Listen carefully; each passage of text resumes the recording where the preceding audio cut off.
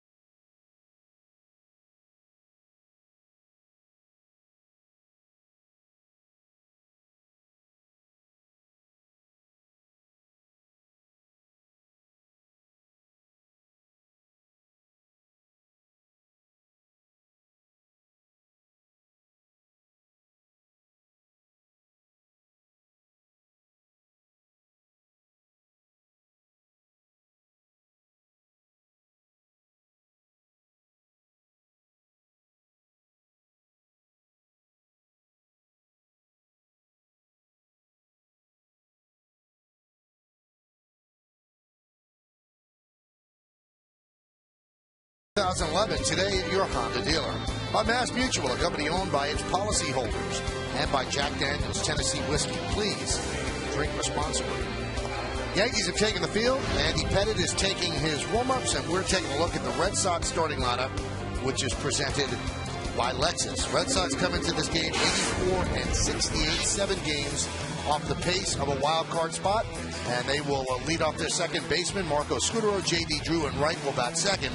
Batting third and catching, Victor Martinez. Adrian Beltre having a good year. The third baseman cleans up. Batting fifth and DHing, David Ortiz. Mike Lowell playing his final season. He'll be at first base batting sixth. Batting seventh, playing shortstop, Jed Lowry. Bill Hall in left field will hit eighth, and batting ninth and playing center field, Darnell McDonald. Well, that Boston Red Sox lineup going to go to work against Andy Pettitte. It'll be his second start since coming off the disabled list. We'll look at his numbers on the year, and they are impressive. 11-2, 104 hits, and 121 2/3 innings. Look at our scouting report. If Andy Pettitte has a good night tonight, you will forget all about CC Sabathia and his struggles last night, losing 2 in a row to the Rays. And so far, so good. 79 pitches his last outing. He's healthy. Looking forward to tonight.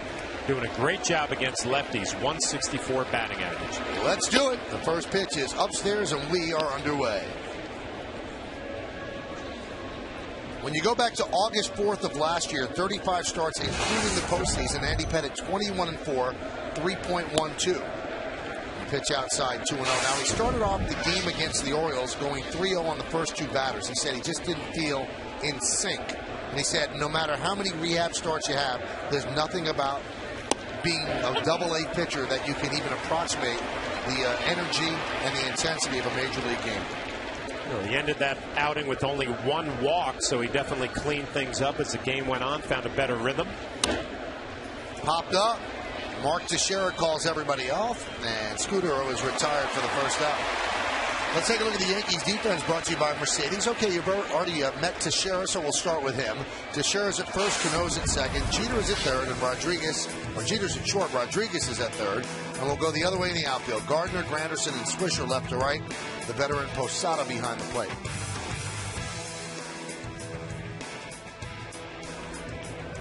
Well, John told you about how tough Andy is on lefties. Here's J.D. Drew. Swing and a miss. Yeah, you think back to Andy Pettitte when he was a younger pitcher. He had a tough time with lefties because all he would throw was that cutter away, and lefties would eventually get a good swing. Now he might throw some fastballs inside, a bigger curveball, the cutter. There's a ground ball. Diving stop there by Cano. Over to Teixeira. 2 away.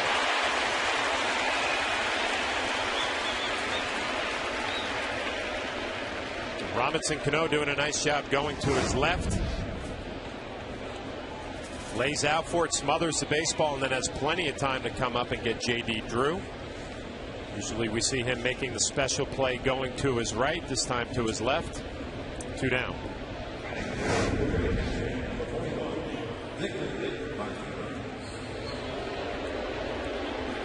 There's Victor Martinez, 6 for his last 10, 11 for his last 24, sporting an 8-game hitting streak.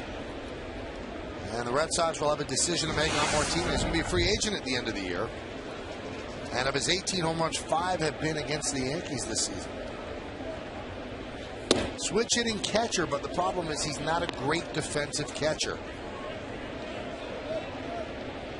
That is true. His reputation is not a great defensive catcher, has trouble throwing runners out. Talking to Gary Tuck, the bullpen coach, who also is the catching instructor, said pay attention to Martinez this series, John. We have done a lot of work. When he was hurt, there's Gary in the bullpen. When he was hurt with that broken thumb on his left hand, they would continue to throw, shortened up his stroke, and they feel a lot better about his throwing. Now we'll see. We'll watch the next couple of days. Well, if he has improved a lot defensively, then that makes the decision a little easier for the Red Sox. Obviously, they like his bat, switch hitter, but they also need a good defensive catcher. They were used to that with Varitek. There's a fly ball to center field. Granderson is there, and he'll put it away in left center for the final out of a 1-2-3 inning for Andy Pettitte. He did it on 10 pitches. Boston nothing, and the New York Yankees coming to bat.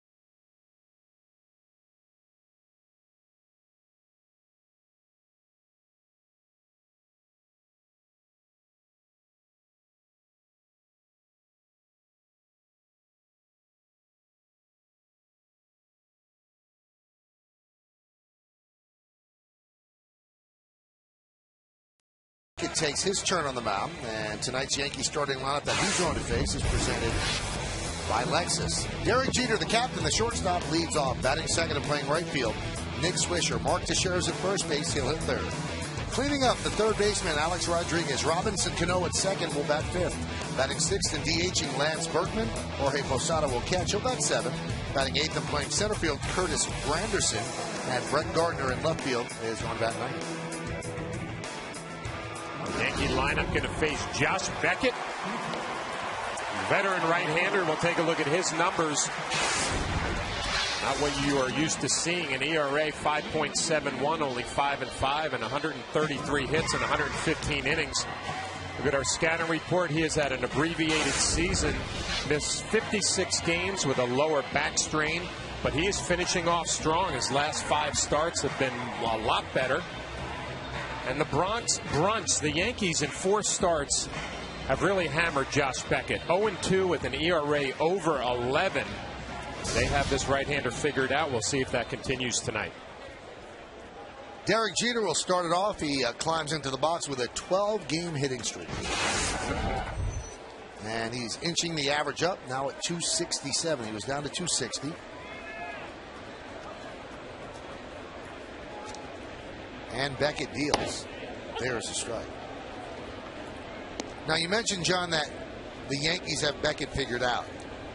But has Beckett figured Beckett out because he's not the same power pitcher? Is he a different pitcher now? Well, we need to look at velocity because we remember Josh Beckett at his best, 95, 96, could hit 97. And with that power curveball, he doesn't get the call right there from Jerry Crawford, the home plate umpire.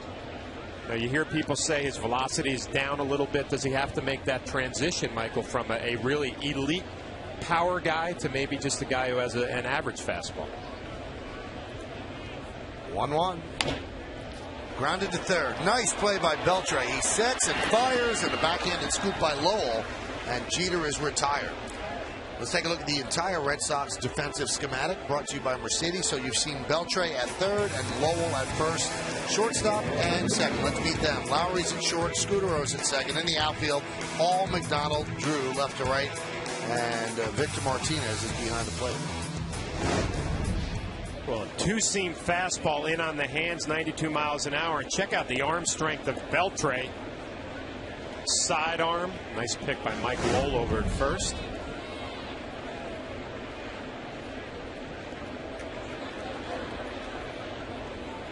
Here's Nick Swisher. He's 7 for his last 14, and the pitch is up and away. 1-0. So his fastball is about 92 at this point. And that's his four-seam fastball right there. And we showed some highlights about how the Yankees have beat up on Josh Beckett. They were all four-seam fastballs, pretty much middle of the plate. There's that splitter. A good pitch there. Josh Beckett in his prime, when he was throwing that four-seamer, it was upper 90s. Making some adjustments lately. I mentioned his last 5 starts a lot better.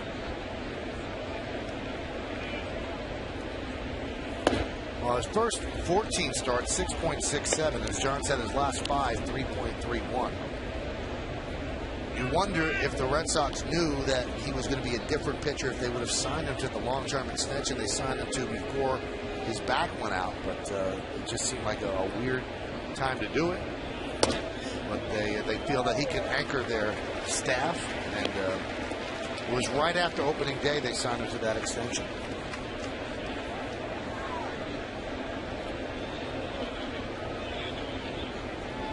And the 3-1.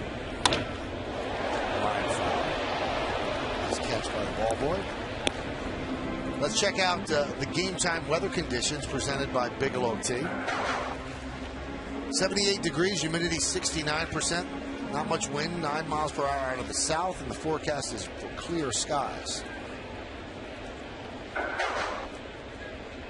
Beckett is a veteran, but he just turned 30 this May. 3-2 to Swisher. Still 3-2.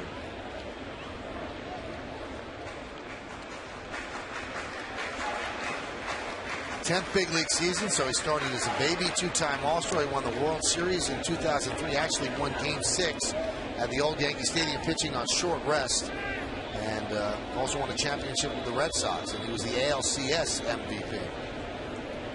So he's come up big in big games. Ground ball to Scudero. Booted. Stays with it. Good play. E4.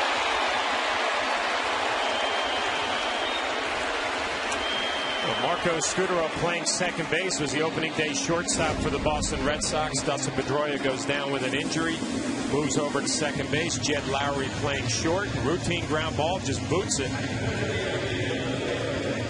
A little gift for Nick Swisher and the New York Yankees.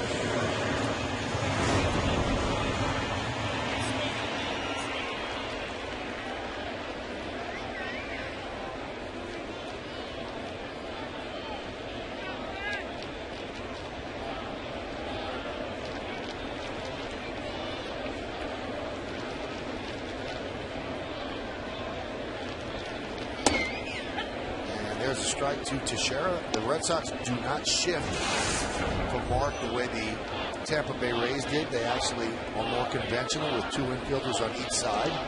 Although the third baseman, Beltre, is way off the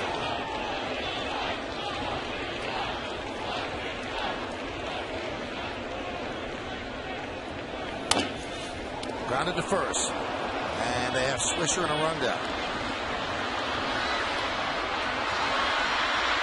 Goes out of the baseline, and he is out. So a double play smashed into by Teixeira. No runs, no hits, 1 error, and nobody left on base. We played 1, and there is no score.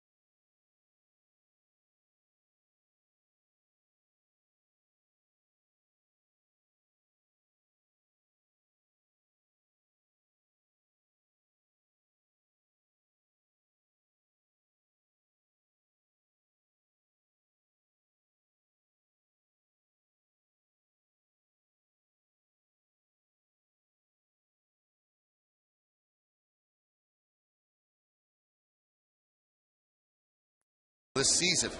You can text your vote to 58772. Standard text messaging rates apply, and boy, there are a lot. Number 1, Mike Cameron. Number 2, Jacoby Ellsbury. Number 3, Dustin Pedroia. Number 4, Kevin Youkilis. Andy Pettit back on the mound, and he deals to Beltre outside 1-0. Beltre is a player who gambled on himself. Free agent, he signed a 1-year deal for $10 million, and he has made it pay off, and he expects to cash in during this offseason where he thinks maybe the free agent market will be a little bit looser. Well, you remember seeing the Red Sox early on when they were healthy. Beltre was hitting down in the order. Now hitting in a nice spot, 4th in front of David Ortiz. Rightfully so, putting up some big numbers. 324, 4th in the American League, 99 RBIs.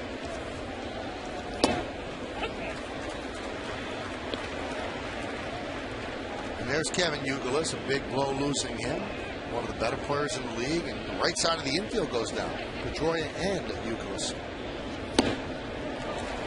3-2. Is Terry Francona, the manager of the Red Sox, the manager of the year? You know what? I think he's done a phenomenal job. I think a lot of consideration is going to be given to Ron Gardenhire, how well the Twins have played. But in terms of squeezing the most out of your team, I'd have to give it to Francona. I mean, how many times during the year?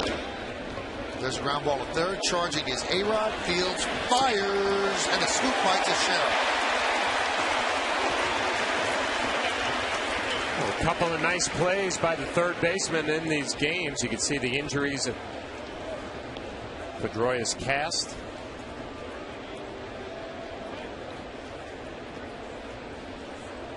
And Michael, how many times you see all the list of the injuries have you wanted to say, you wanted the words to come out of your mouth that the Red Sox are done. This guy got hurt, they're done. And Terry Francona just never let this team quit. And although it's mathematically very difficult, they're still not done. I mean, it's close to being done, but they're still not done. Walking through that clubhouse this afternoon, the Red Sox are a very loose ball club. They have nothing to lose, obviously, coming in here. They feel good about the pitching matchups, and they said, you know what, let's talk about things on Sunday at the end of the series and see where we stand. Confident group. David Ortiz, who got off to another slow start, has 31 homers and 96 ribbies. That one's popped up, and it's going to be out of play. 4 more RBIs, and he will have a 6th career 100 ribby campaign, but his first since he drove in 117 in 2007. Many people were writing the obituary for his career. He has an option that the Red Sox have to decide whether or not to pick up. Do they do it? He's so popular in Boston, and he seems like he's still an effective player. But this is 2 years in a row he's gotten off to terrible starts and then has rebounded. It's another tough decision for Theo Epstein, the GM at Boston.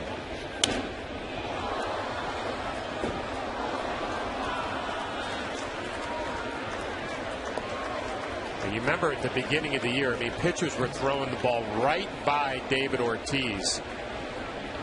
Dave Magadan, the hitting instructor, has done a nice job making sure that he gets ready a little bit earlier, started taking care of that fastball, confidence rising, having a big year.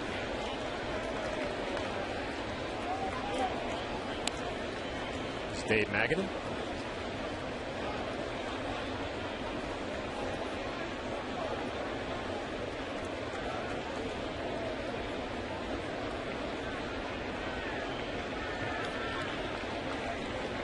The 1-2. 2-2. Even when he was struggling, Ortiz said, of course they're picking up my option. Now, the Red Sox have not come out and said it, but he feels confident they will. It's a pretty expensive option. The 2-2. 3-2. And if you look around baseball, the price of DHs has gone down. There's Mike Lowell, who is going to be retiring at the end of the season.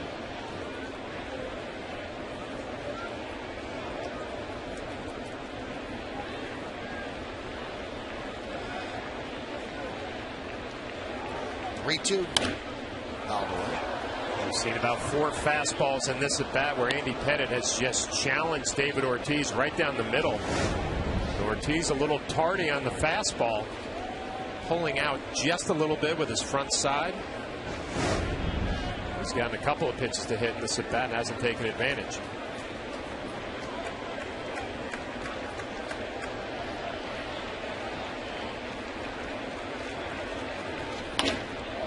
Driven out to left center field. Giving Chase Granderson. He's on the run. He's on the track. He's going to have to play it off the wall. It caroms away from everybody. Granderson runs it down, and Ortiz is at second with a double. Now, the Red Sox have an opportunity here to play spoiler against the Yankees. But before the game, Terry Francona said he doesn't quite like that word. I wish we were 8 games up. You know, nothing really changes. You know, the best way we can go about our business is to play good tonight. You know, then you can use whatever word you want. If we spoil somebody's chances or if it makes us better, it all comes out the same. If we win, we're going to be happy. So Francona's team 84-68. They're 7.5 games behind the Yankees, and they're 7 back in the loss column behind the Yankees and the Rays. Now, the Red Sox have 6 games left with the Yankees, so they don't quite have it all in their hands, but they need a little help from the Blue Jays if they happen to sweep out the Yankees. But the Yankees have no intention of letting that happen. Yeah, but Terry Francona has them believing, and he's used this one game at a time thing before. You can think back to the 04 postseason, and it obviously worked for the Red Sox in that situation. But you come in here tonight, you got a tough lefty in Andy Pettitte. If you can find a way to win this ball game, then things start getting interesting. Strike. John Lester pitching tomorrow afternoon against Nova, a young kid for the Yankees. Matsuzaka on Sunday against Mosley. All of a sudden, the pitching matchups don't look too bad for the Red Sox, but got to take care of tonight's game.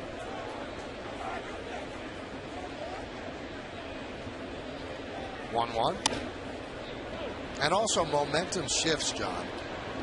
Let's say that the Red Sox do the unthinkable and they win these 3 games. Then all of a sudden, then it's a footstep thing. You kind of hear them in the background, and you have 3 games left, and those 3 games against Toronto become pressure packed. But the Yankees now on the flip side, Yankees have to win 2 games against the Red Sox out of the 6, and they clinch a playoff spot. So it doesn't seem likely for the Red Sox.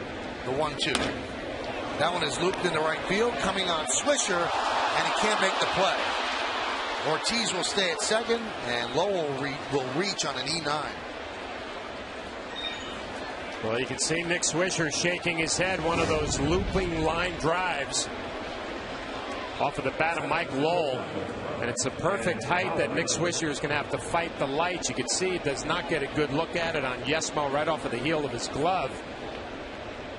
He's shading his eyes from the lights. It's just one of those perfectly hit balls that finds the top bank of lights on the stadium. The Red Sox trying to take advantage of a gift. Here's Jed Lowry.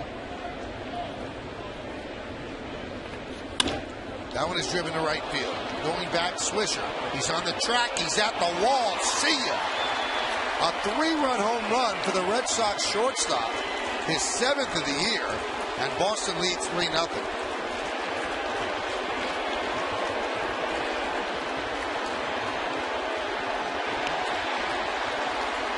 Well, that is a sudden turn of events against Pettitte.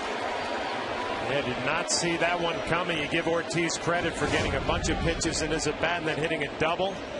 A little error by Nick Swisher, and then Lowry takes care of a first pitch fastball out over the plate.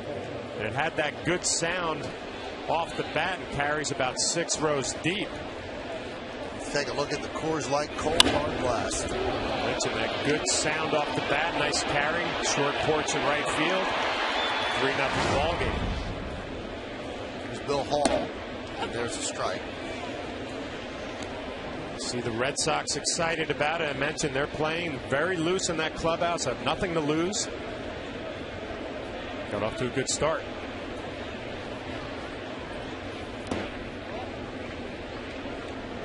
Michael, you talked about momentum and the way last night's ball game went with CC Sabathia, #1 starter, had a lead. It didn't go well.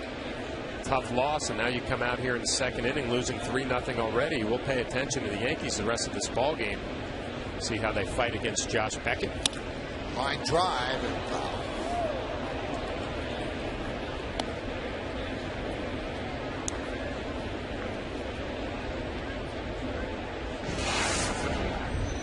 Andy Pettitte has struggled a bit on the road, keeping the ball in the park. He has 13 home runs he's allowed. 10 of the 13 have come here in the Bronx.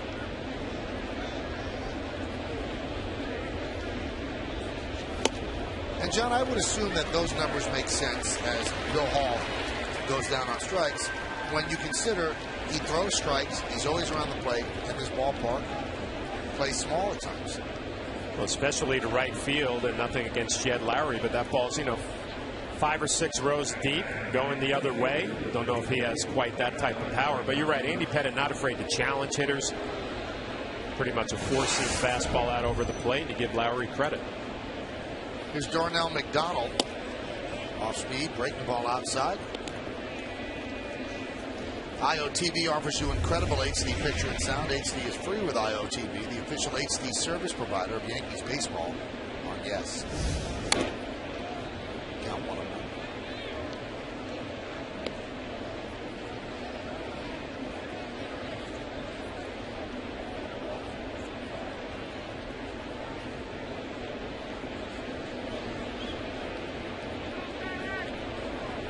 One. High fly ball center field.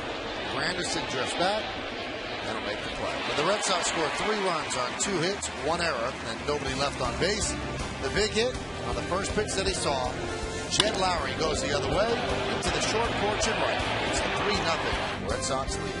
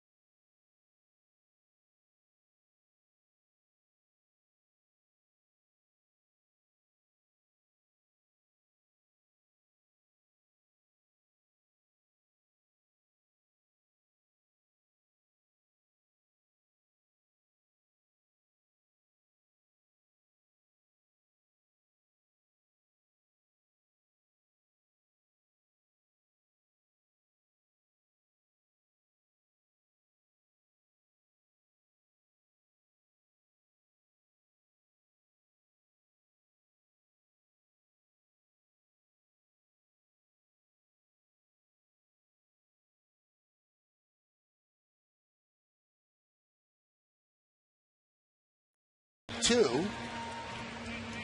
1929. The Yankees beat the Red Sox 5-3 on Babe Ruth Day, held at Fenway Park. Demand greatness in every sip and every season. Johnny Walker, proud sponsor of the New York Yankees, and that deal, of course, ties these franchises together forever. Ruth traded to the Yankees. The Yankees never looked back, and the Red Sox waited 86 years to win another World Series. There's a strike to Alex Rodriguez. The Yankees are down 3-0 on the Lowry home run. Michael, you said last half inning that David Ortiz, of course they're going to pick up my option. They're that much confident in his ability. I watched Josh Beckett out on the mound, stands very confident, knows that he is good, and you look at his numbers on the year, 5-5 with a 5.71 coming into this game. Those are not good numbers, but you watch his body language, he feels like he's going to beat you when he's out on that mound.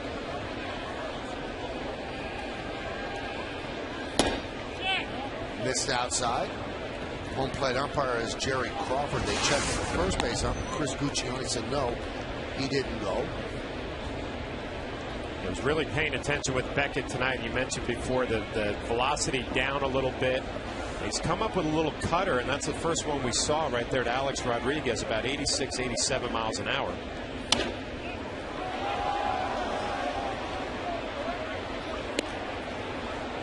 Told you about Jerry Crawford behind the plate. Chris Guccione at first. Phil Cuzzy at second. And Brian O'Nora is over at third.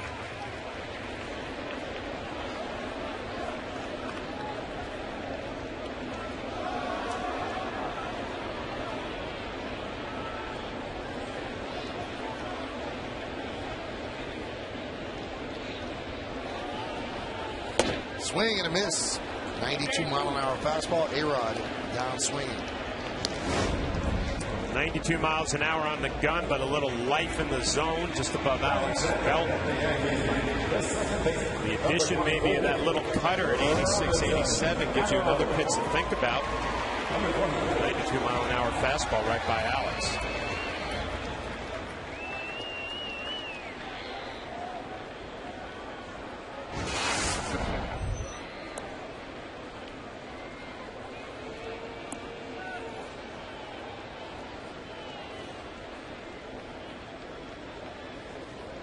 Pitch to Cano. Off speed. 1-0. We've seen a couple of curveballs already that Josh Beckett has felt like were strikes and did not get the call. It's like Victor Martinez having a little conversation with Jerry Crawford behind the plate. Great numbers against Beckett for Cano. Pretty good split award. He's got it all going. I mean, the fastball, curveball, split, a little cutter.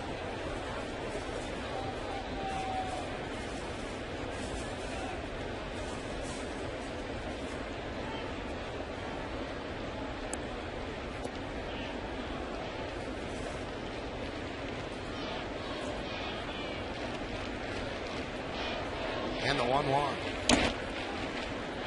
1-2.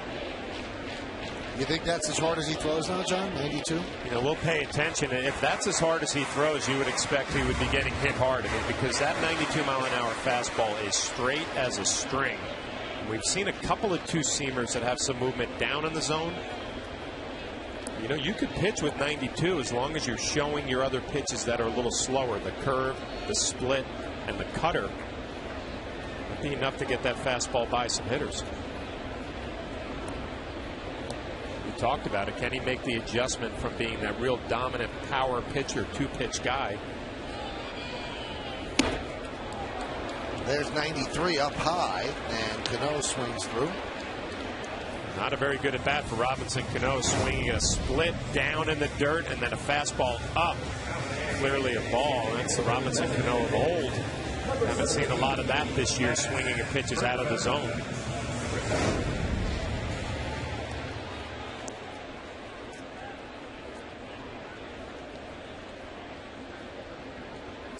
Here's Lance Berkman.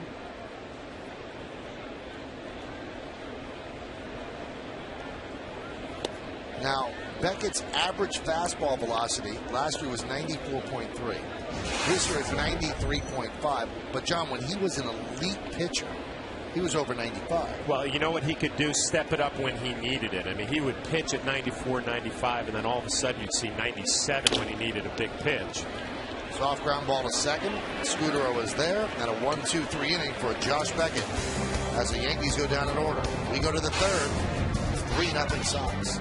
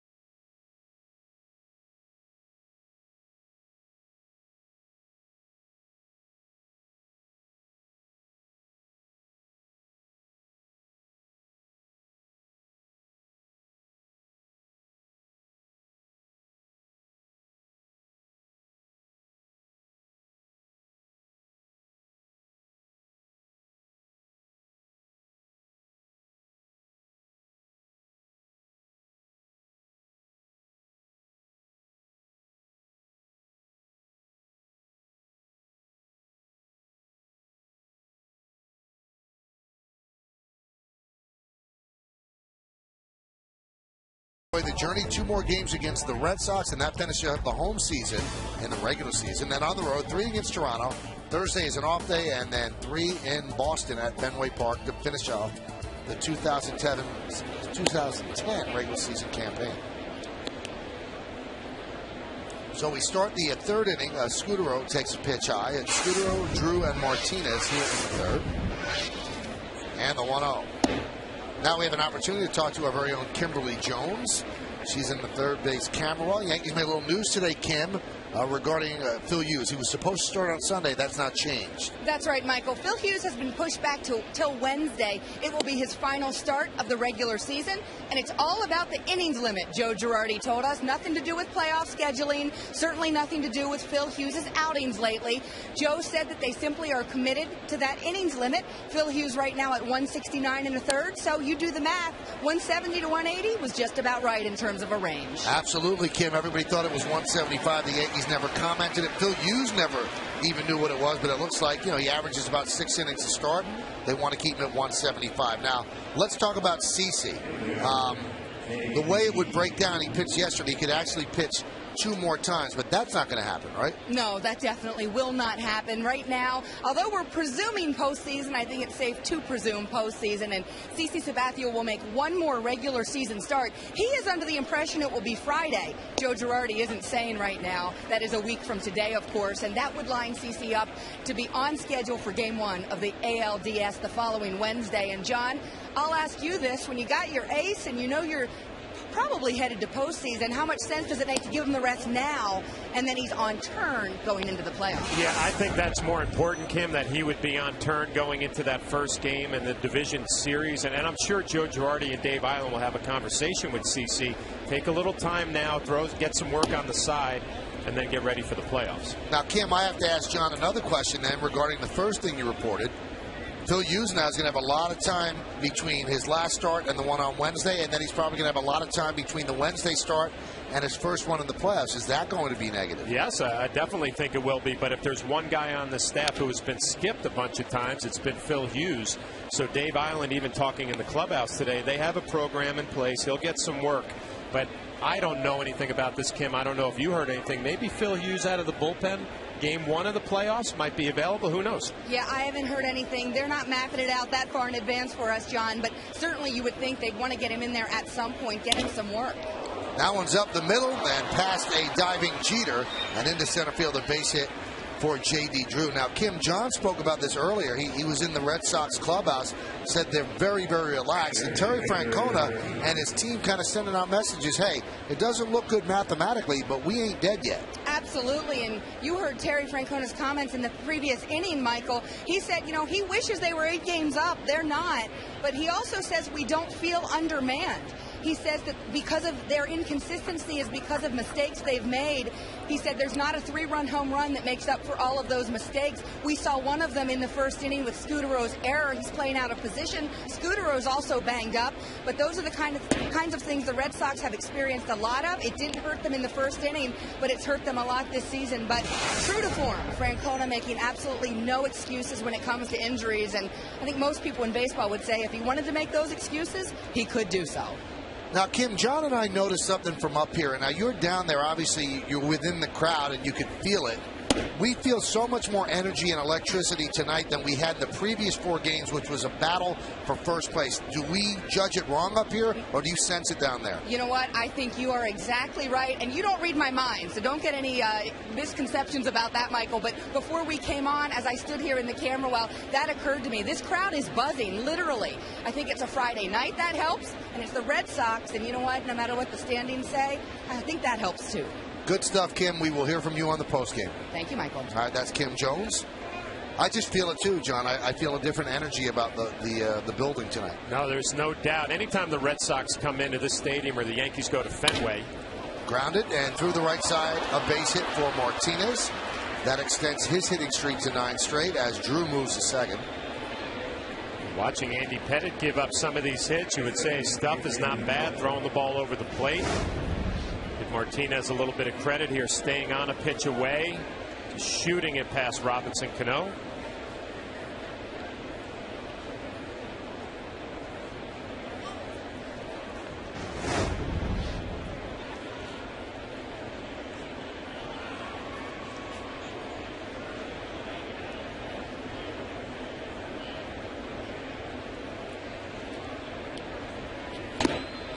Beltre swings and fouls it off. Let's talk ALDS, John, with the Yankees.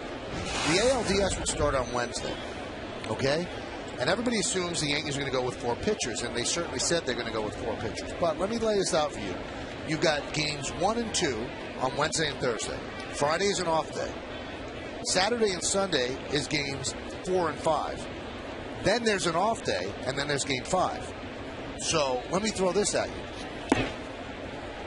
You start CeCe, game 1. Yes. You start Pettit, game 2. You start either Hughes or A.J. Burnett, whichever one you think is better, in game 3. Right. Then you're either up 2-1 or you're down 1-2. You start CeCe on 3 days, and you start Andy Pettit on full rest. Maybe you could go with 3 pitchers. You definitely could. I mean, CeCe has proven to us he can go on short rest. There's a ground ball. Let's see if they turn 2. There's 1. There's 2. We'll get more from John on this in just a moment. Red Sox lead 1. They get 2 hits at the end of 2.5. It's the Red Sox 3 and the Yankees nothing.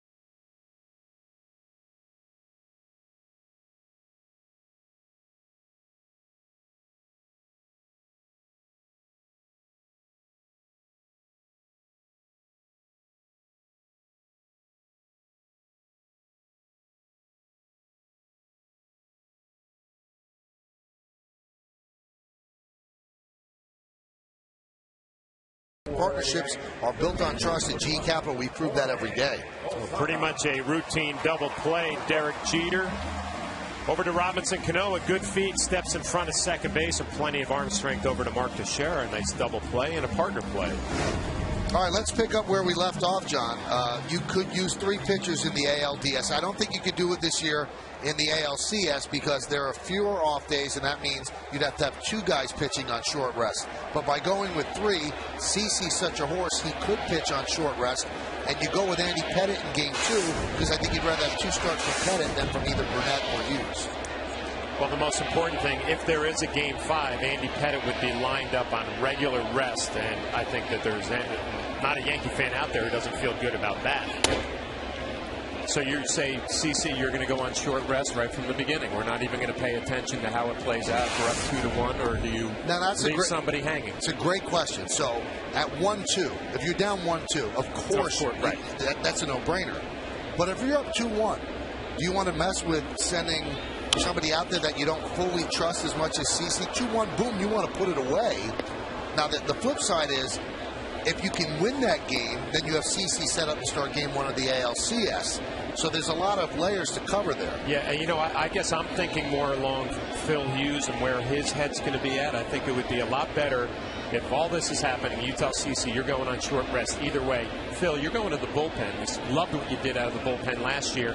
Now our bullpen is even stronger for the first round, and he knows exactly what his role is. Obviously, we don't know if that's going to come to be, but you want to make sure everybody going in knows exactly what their plan is. They can have their routine and perform at their best. Now, last year, they were a proponent of pitching Burnett in game 2 and Andy in game 3. And Joe Torre had always said that game 3 was your big game, your swing game. As Posada grounds one, grabbed there by Lowell, nice play, feeds to Burnett, or check that, Beckett, and there's one away. But I think I don't think you can afford that this year. Let's say if the season ended, if the Yankees end up with the wild card, then they're going to play the Minnesota Twins. Minnesota Twins are lefty-laden. So if you start 2 lefties in a row, maybe you neutralize Maurer, you neutralize Span, Kubel, maybe you keep Tomey out of the lineup as well. Those are big bats there. If you can bring them down just a smidge from what they normally do, I think that's why you go with the 2 lefties. Yeah, Maurer, maybe not that big of a deal. He's such a good hitter, can hit lefties. The other guy, I totally agree. If you can keep Tomey on the bench. But you know what? I've always been, and I've said it all along here when we're getting ready for postseason, I think the Yankees would like to do what they did last year if A.J. can show you something down the stretch. Now, you've changed my mind on this short series with Andy Pettitte pitching that big game instead of an A.J. Burnett, who would be the Game 2 starter. Right, because if you start A.J. Burnett in Game 2 and you go with 3 guys, then he's pitching the game to save the season in Game 5. And although he can be great, he's been very inconsistent this year. That's why I love this time of year, because these are such great. I mean, you can make great cases either way, but it's not an easy decision for the people who have to make those calls because your season's on the line. It's not fun for them. No, just think about all the information that the organization has to dissect as well. Okay, you know, if we're a wild card, we play the Minnesota Twins. Now, I'm sure the Yankees have scouts who have been on the Twins the whole month of September. They're going to know everything in and out about every hitter in that lineup. What is a good matchup, a bad matchup, and then everybody gets in the room and you make some decisions. 2-1 to Granderson. Pitch outside. Now, Pettitte against the Twins this year, just to finish this up, 2-0, 1.26 in 2 starts. And A.J. in 2 starts against the Twins this year is 1-0 with a 1.54. So both of them pitched very well against Minnesota. Yeah, that was A.J. at the beginning of the year, I'm assuming, where he got off to that great start. That one's driven deep to right field. Drew back, track, wall, see ya. Another home run for Granderson. He's been red hot. Yankees on the board, and the Red Sox lead 3-1.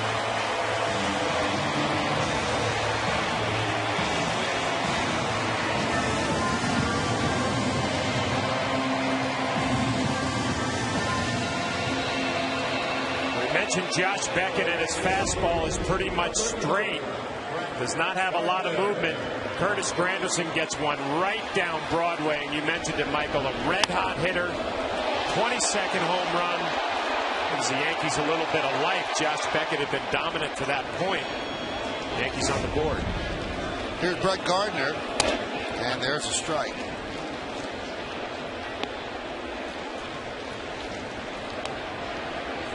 .22 home runs. He's been a different hitter since that tutorial with Kevin Long, the Yankee batting coach. The 0-1. Breaking ball strike.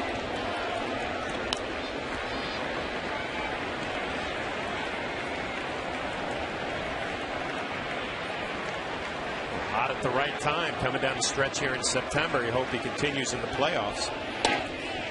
Strike 3, Gardner down looking. Up at bat for Brett Gardner. Curveball for a strike, and then a fastball right on the outside corner. Perfect pitcher's pitch for strike 3. You hate to do it, but sometimes you have to tip your hat.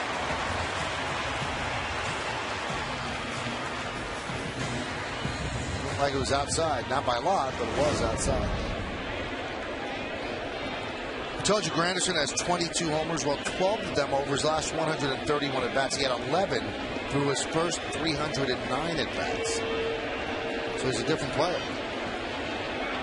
Last year, 30 home runs, and remember, he was out a week, or he was out a month this year with the groin injuries. Derek Jeter extends his hitting streak to 13 straight with that single center.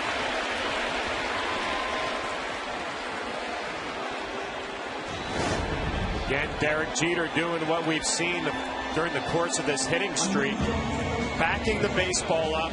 Gets jammed a little bit, but he has the proper mechanics to drive the ball right back up the middle. And on Yesmo, you can really see that knob of the bat leads, the barrel follows. Another base hit to extend the hitting streak.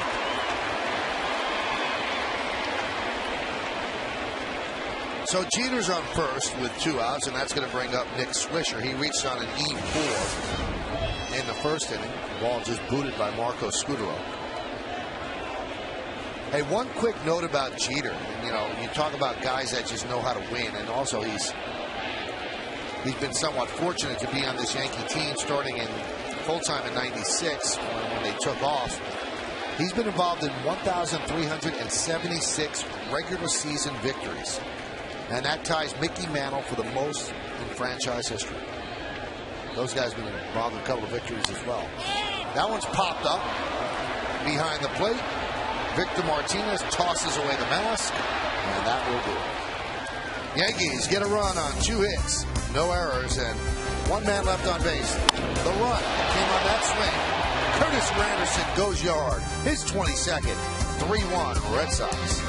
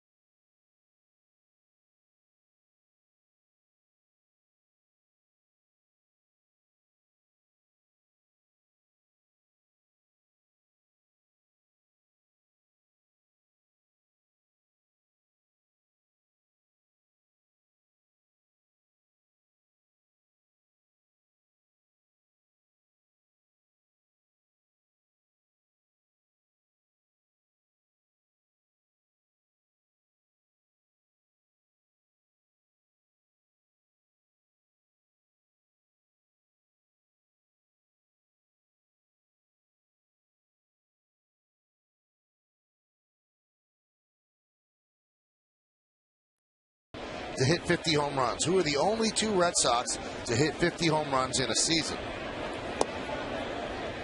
David Ortiz takes a pitch inside, 1-0. Not quite a full moon. If it moves just over to the left, it would be dotting the I in Stadium.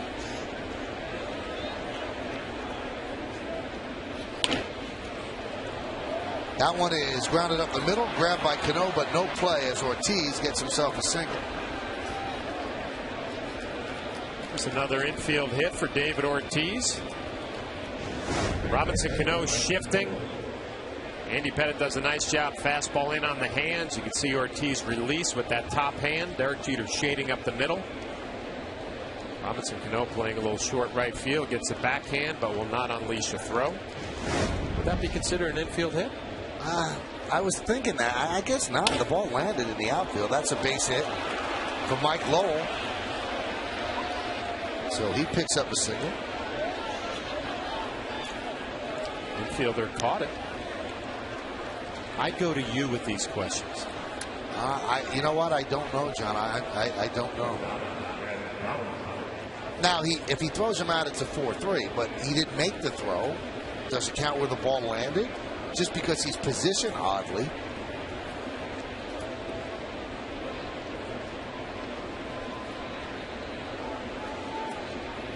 I'm sure that Ortiz has an infield hits clause in his contract. Red Sox lead 3-1 over the Yankees, top of the 4th. And the pitch inside to Lowry. Now, Andy Pettitte nowhere near as sharp as he was against the Orioles on Sunday. He threw all of his pitches for strikes, threw them on the corners, changed speeds, and you can see he's struggling just a little bit in this game. He's already up to 55 pitches. There's a strike. He threw 79 over 6 innings on Sunday. Tampa Bay leads Seattle 2-0, bottom of the 3rd. No, but Michael, what were you looking for from Andy Pettitte tonight? Obviously, he wants to go out there and dominate a lineup. You know, I'd just like to see him get through this game healthy, get that pitch count up to maybe around 90, 95. Good fastball right there. But you get a little different feeling after the Yankees lost 2 in a row to the Rays, and now all of a sudden the Red Sox jump out 3-0. Andy Pettitte has induced 17 double plays this year. He'd like another one right here off the bat of Lowry. Not to be. Loops it into right center. It's going to be a base hit. Let's see if they get the force at second. No, they don't. And the bases are loaded with Red Sox. Let's see how they went at Jed Lowry. The pitch by pitch brought to you by Suzuki Kazashi. Well, Andy Pettitte remembers Lowry swinging at the first pitch. His last at bat, he goes curveball, fastball in, another fastball up, and he blocks it off the right field. If you're Andy Pettitte, what do you got to do in this inning? 3 consecutive hits. David Ortiz a ground ball, Mike Lowell base hit to left, and Lowry a jam shot to right field. None of these hits really scored, so he has bases loaded, nobody out. Andy has now allowed 7 hits to the last 12 batters he faced, and here is Bill Hall with the bases loaded. Yankees play the infield back to try to get the double play. Pitch inside, 1-0, and you respect Jack Curry, don't you? Incredible. He just texted me, said that is not considered an infield hit. Well, see, now instead of going to you when I need some information, I'm going to text Jack Curry because obviously he has the answers. But in fairness to you, he probably has a computer in front of him. But I also said it was not an infield hit. And then I said I don't know when you but pressed you kind of wavered. Well, you know what? Then go to Curry from now on, okay? Go to him. Wow, your tone is changing quickly.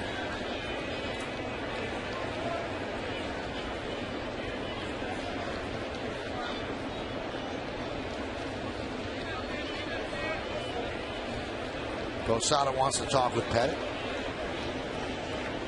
Oh, we've seen this from Andy Pettitte in his career. He can pitch himself into some jams. Maybe a cutter in on the hands. He gets a ground ball in the double play. I'm sure that's what Jorge Posada and Andy Pettitte were discussing. It's the best chance we can get for a ground ball here.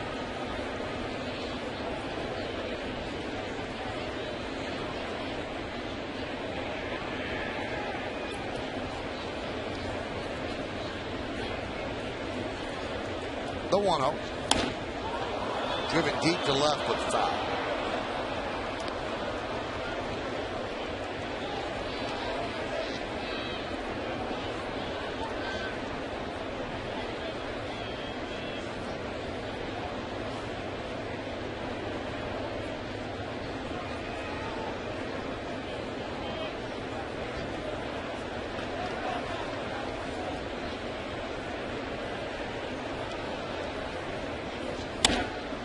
Popped up. Right field. Long run for Cano. And he makes the play. And then fires home. What a play by Cano.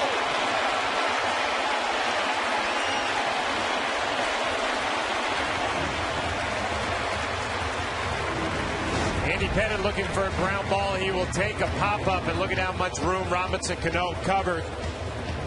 Over the shoulder catch.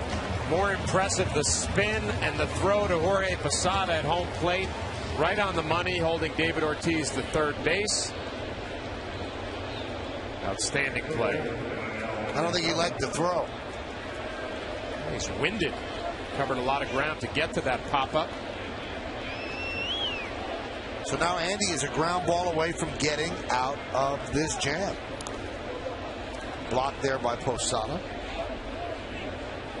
That's what impressed me more than anything. The amount of arm strength he had where he could spin sidearm and throw a perfect strike to Jorge Posada at the plate.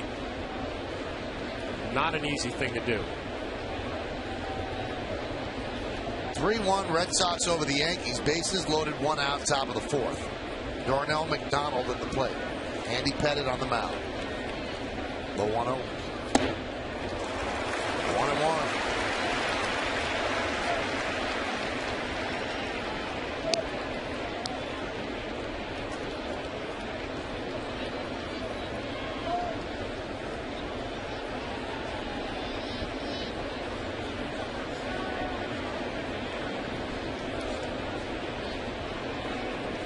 1-1. 2-1. You know, Michael, I don't know how you feel right now. Andy Pettitte, when he gets in these situations, it's almost like Mariano. You feel like they're going to find a way to make a big pitch to get out of it. There are other pitchers who get in this situation. The game speeds up. All of a sudden, you're thinking it could be a big inning. We've seen it time and time again from Andy Pettitte. Make a big pitch in a big spot and get a double play. Count now 2-2. With runners on base this year, they're hitting .205 against them. A vast improvement over 2 years ago when they were .326 last year. A good year for Pettitte, .270. So he does bear down. Now it looks like a sellout crowd here at the stadium, and they are looking for an out here. They'd like two. The 2-2. Just missed. He went back door, missed the outside corner, and the count full at 3-2. 3-2 count. We just talked about it. Andy Pettitte, the ability to make a big pitch. Let's see here to McDonald.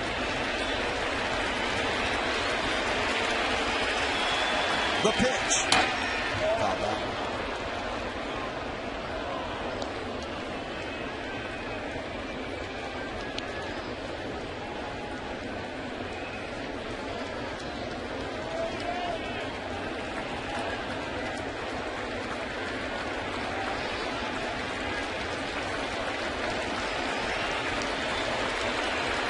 And the 3-2 hit sharply, fair ball down the third base line, and the ball boy touched it.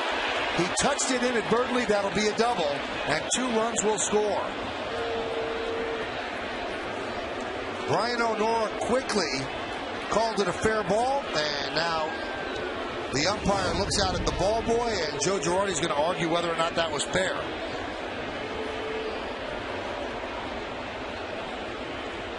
Give McDonald some credit. He saw a cutter backdoor the pitch before this and then rifles it right down the third base line. Brian O'Nora makes the call quickly. See, Alex Rodriguez thought it was foul.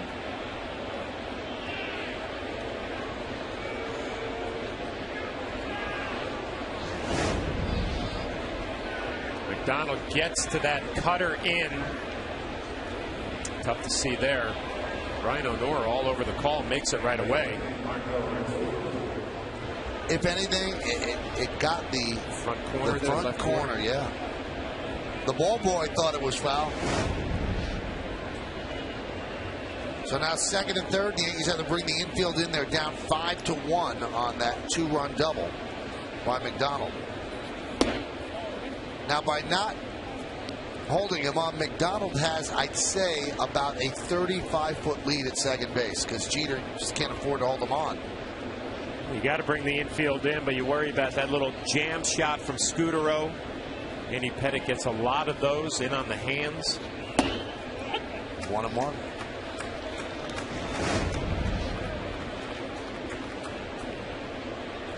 It's so hard to tell.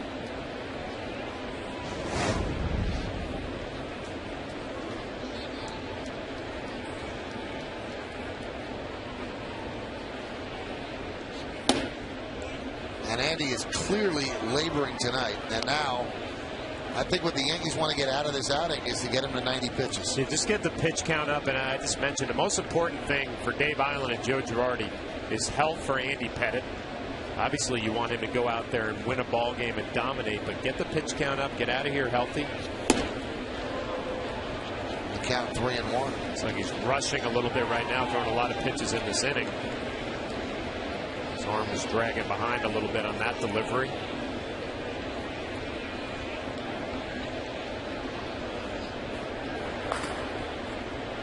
And Jonathan Albaladale warming. There's a strike.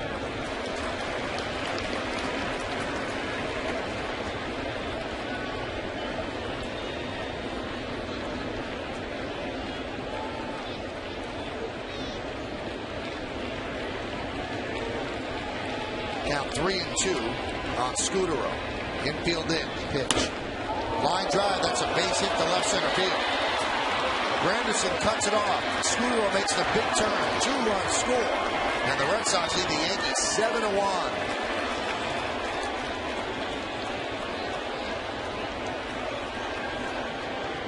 Andy Pettit tries to go with a backdoor curveball, and it kind of rolls to the middle of the plate. Actually, a backdoor cutter. Did not have a lot of action on it. Scudero takes advantage, drilling it into left center field. 2 runs will score easily. We'll bring Dave Island out to have a little conversation. McDonald, as you mentioned, that big lead at second base. No problem scoring on the base hit.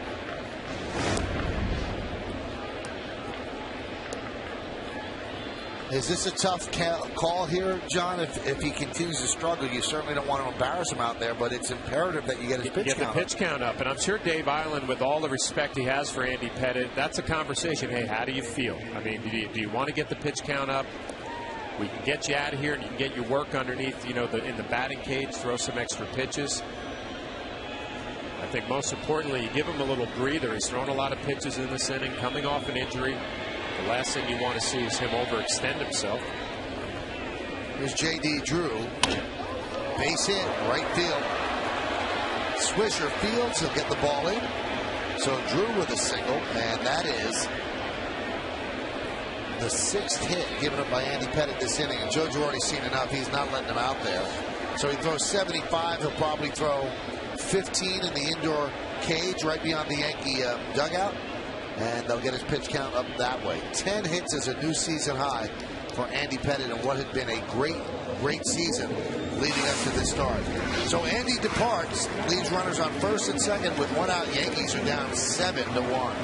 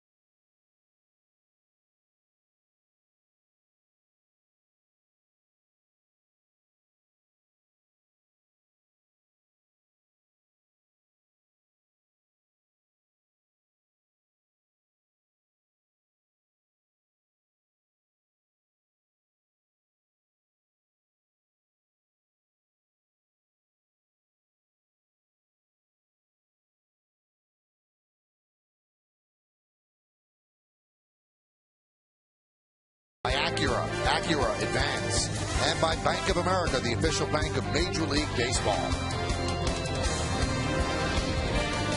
The moon is trying to hide behind the pole, but we can still see it.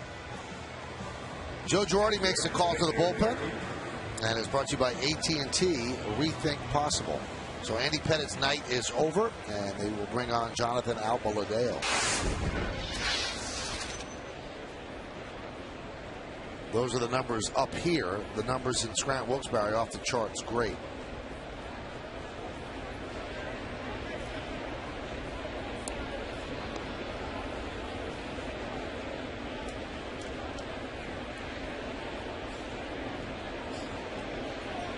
So here's Victor Martinez.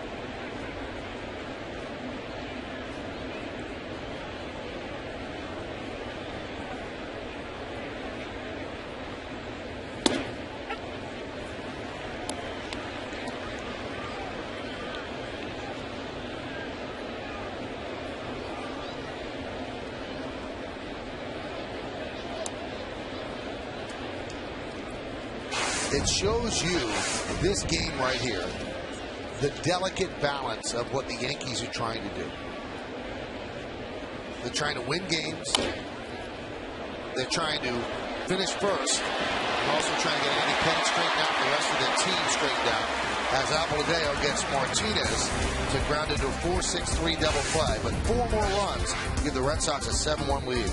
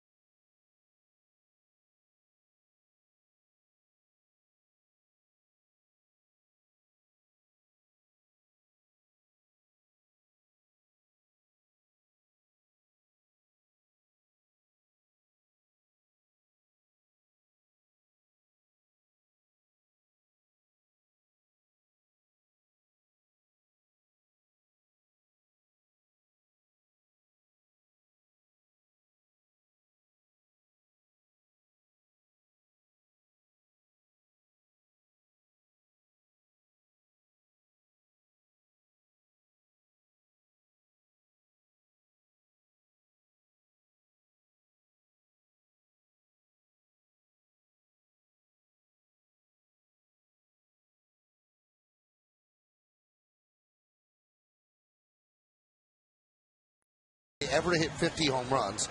Who are the only 2 Red Sox to hit 50 home runs in a season? I think Jimmy Fox was one of them, I think. Let's see who the other is. David Ortiz. So David had 54 in 06, and Jimmy Fox 50 in 1938. I think Jim Rice had a possibility to be there. Never hit 50.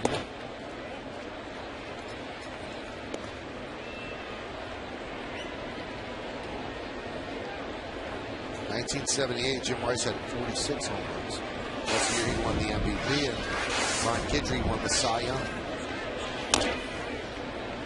Grounded foul. Josh Beckett now has a nice 6-run lead. Quickly jumps ahead on Mark Teixeira. Mark swung the bat well last night from the right side of the plate. Still looking to see that swing come around from the left side. Know about his health problems.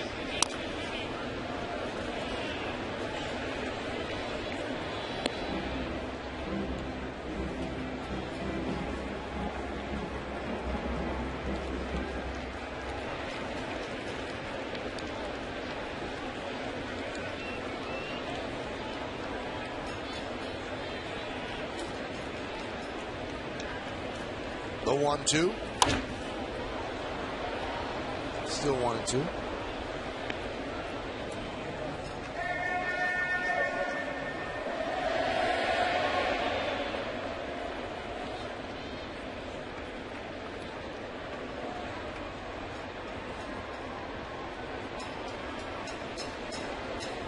And the 1-2 pitch.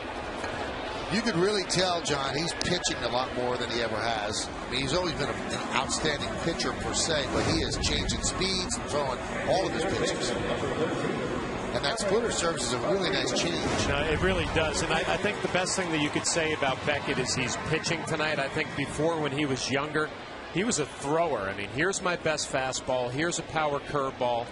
My stuff is going to be good enough to beat you. And tonight, and over the last 5 starts, the numbers are good.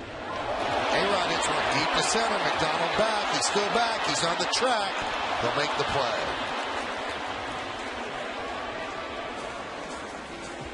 Even that pitch right there, an 89-mile-an-hour cutter. This gets Alex Rodriguez off the end of the bat. It looks like a fastball. It's just a little bit of movement away. Just enough to keep it in the ballpark.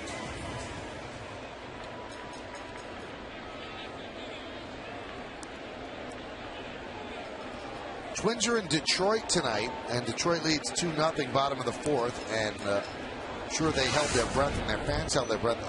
Francisco Liriano, who's been slated to start the first game of their playoff series, left the game in the fourth inning when the trainer came to the mound. Now the Twins just said that Liriano left with a non-baseball related illness. So as long as it's not the arm, I think they can breathe easy. Might have a stomach ache. Stomach ache is the first thing I would think of. Can't speculate. No, certainly not from this far away. Let's ask Jack Curry. Fouled away, count 0-2.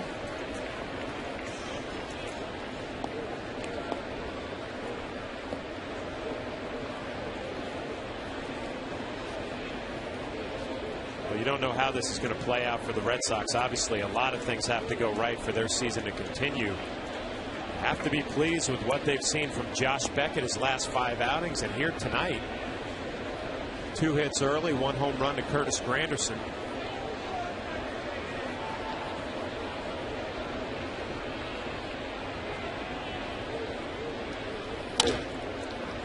Tap off the glove of Beckett. He finds it and flips the first, and that'll do it. So the Yankees go down in order 1, 2, 3. We played 4. It's 7-1 Red Sox.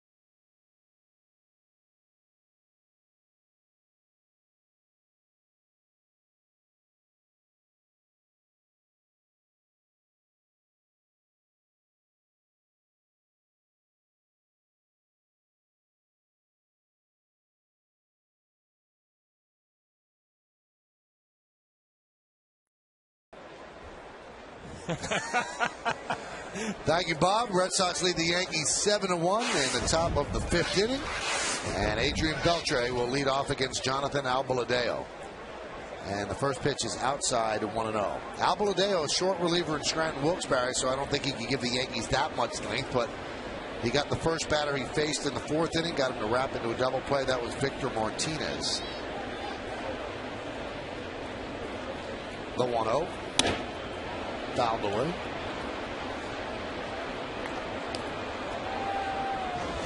Now, check this out. The first pitch, Beltre checks the swing, and then he wants you to check with the ump. Isn't that the catcher's job? I mean, if there's no checking, then you've checked your swing. I mean, the first base ump can only give you bad news. The 1-1. That one is lined to right field. Nick Swisher makes the play. Not too many easy chances out there tonight for Nick. I think Nick is happy that this line drive stayed underneath the lights. Had a good look at it all the way. And Beltre having a big year. It's a rocket to right field. Nice sliding play. Ooh, little snow cone in the glove, but he holds on.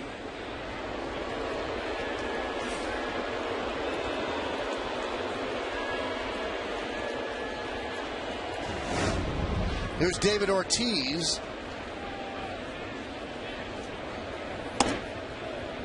And the count 1-0. Michael, let's get back to Andy Pettitte and his night. He gives up 10 hits and 7 runs. Concerned? No. Not at all, right? Not a bit, because I think there's one job with Andy Pettitte. If he's healthy, you know he's going to pitch well. You just have to get him work, and you have to get him his pitches. And that's the way I feel. How about you? I totally agree. Coming into this game, Andy Pettitte doesn't have to prove to you that he can get people out. He's got to show you that he's healthy and get the pitch count up. Obviously, you don't want it to go the way that it went tonight, 10 hits, 7 runs. But he has nothing to prove except that he is healthy and ready to go for a postseason start.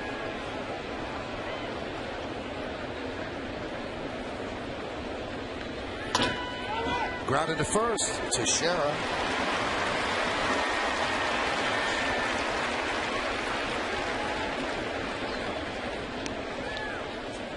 Two outs and nobody on. Now, he threw 79 pitches Sunday. He threw 75 today. And as I mentioned, John, he was so much better on Sunday. He seemed like he was totally in command. His pitches were mixed beautifully. They all hit the corners. He threw them where he wanted to. Today, it wasn't there. Well, I think when you watch him tonight, he did not walk a batter. He was around the strike zone, which is good news. But if you looked at his stuff, I mean, it was flat. Really, there was nothing that was electric. His cutter was decent. His curveball was rolling. Remember, maybe a few changeups that weren't fantastic. Now, you don't know if, he's coming back from an injury, had a couple of rehab starts. First one out against Baltimore in first outing. I'm sure he was excited. Adrenaline was pumping. You would think the same thing in a Red Sox game tonight. Just didn't happen. The 1-0. There's a strike to Lowell.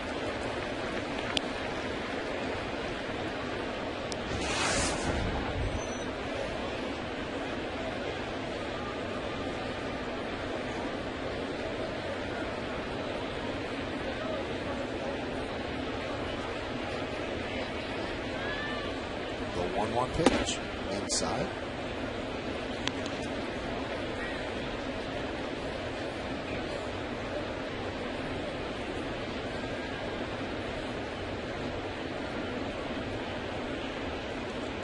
(7-1) Red Sox were in the top of the 5th.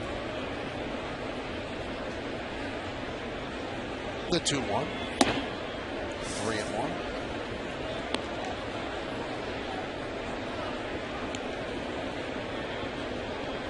Mike Lowell at the tail end of his career is going to retire after this season, has 4 home runs and 22 RBIs in a fastball count right now. Reputation as being a fantastic fastball hitter during his career. And Lowell works a walk.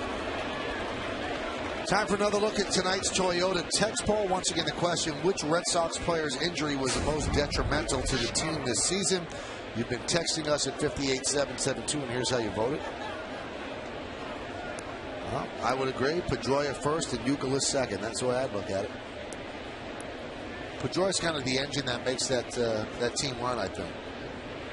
Youkilis such a solid run producer, versatile in the field.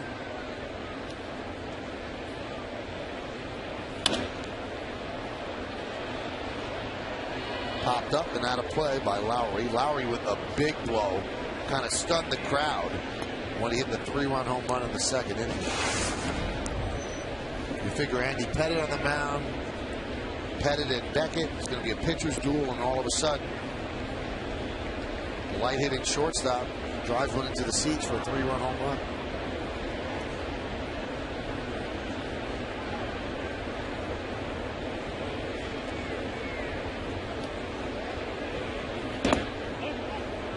Count 1-1.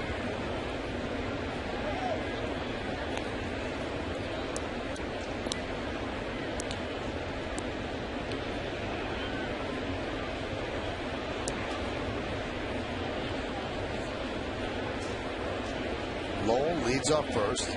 Teixeira plays behind him. Albaladeo sets. The 1-1.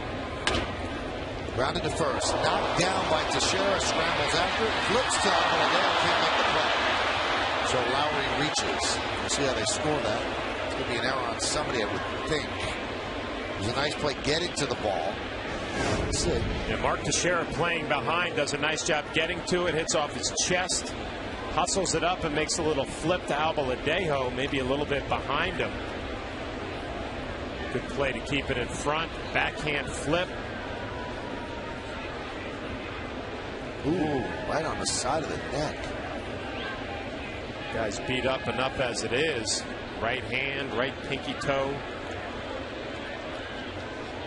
Took a fastball in the thigh the other night, and now he's going to have a little neck bruise. They're going to give him a base hit, so there is no error.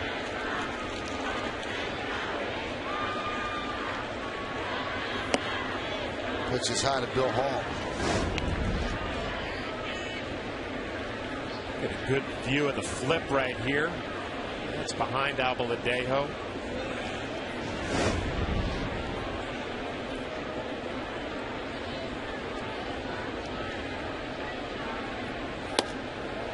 I've always thought, I'm not an official scorer, obviously, that even if it's a great play to get to the ball, which it was, right, then I break it down to a second part. Well, he had him then. And he had time. Right, he had time. And to me, I don't want to give Mark Teixeira an error, but the throw is what cost him the runner. So once the play is made, okay, that's part one. That's completed. He already did that. So you can't say, well, not many first basemen would have gotten to that. He did. And then once he scrambles the ball, all he has to do is make a good toss. It's a degree of difficulty, and I guess that's what the official scorer went by.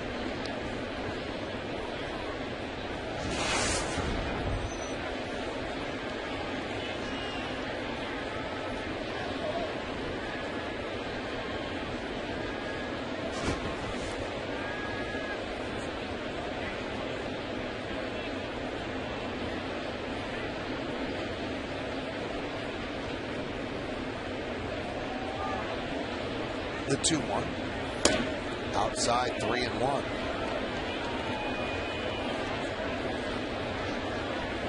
Careful here to Billy Hall, 17 home runs on the year. Plenty of power.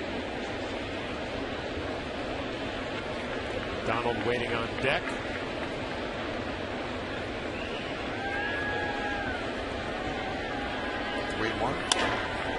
Driven deep to left center field. Going back, Granderson looking up, a long home run for Bill Hall, and the Red Sox pouring it on. They lead 10-1.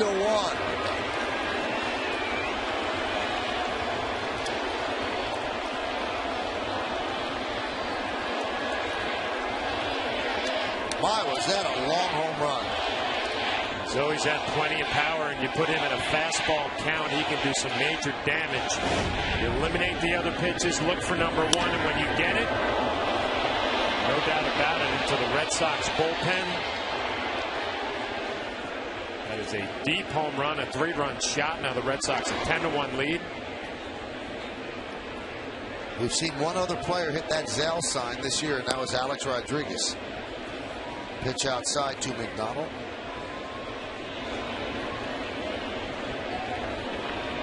Major league hitters, you have to have some sort of doubt what pitch is coming. When you don't have any in a fastball count, you know you're going to get it.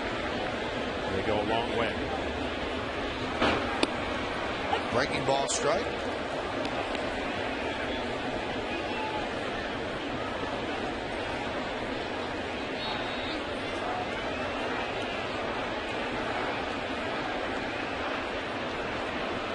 And the pitch. Dribble slowly back to the mound. Albaladejo will get McDonald, and that will do it. But the Red Sox had 3 runs on 2 hits, no errors, and nobody left. The big blow, a 3-run home run off the bat of Bill Hall deep into the Red Sox bullpen. We're halfway through. It's 10-1 Sox.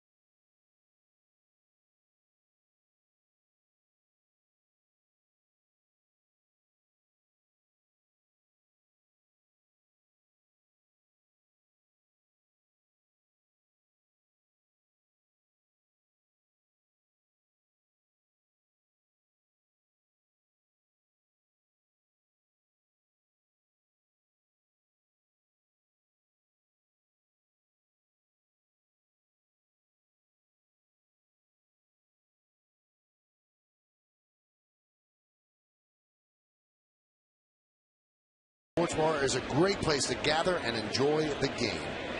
Here's Lance Berkman. And now Beckett deals a fastball outside. He's got to feel good about things, Beckett. He's got a 10-1 lead here in the bottom of the 5th inning.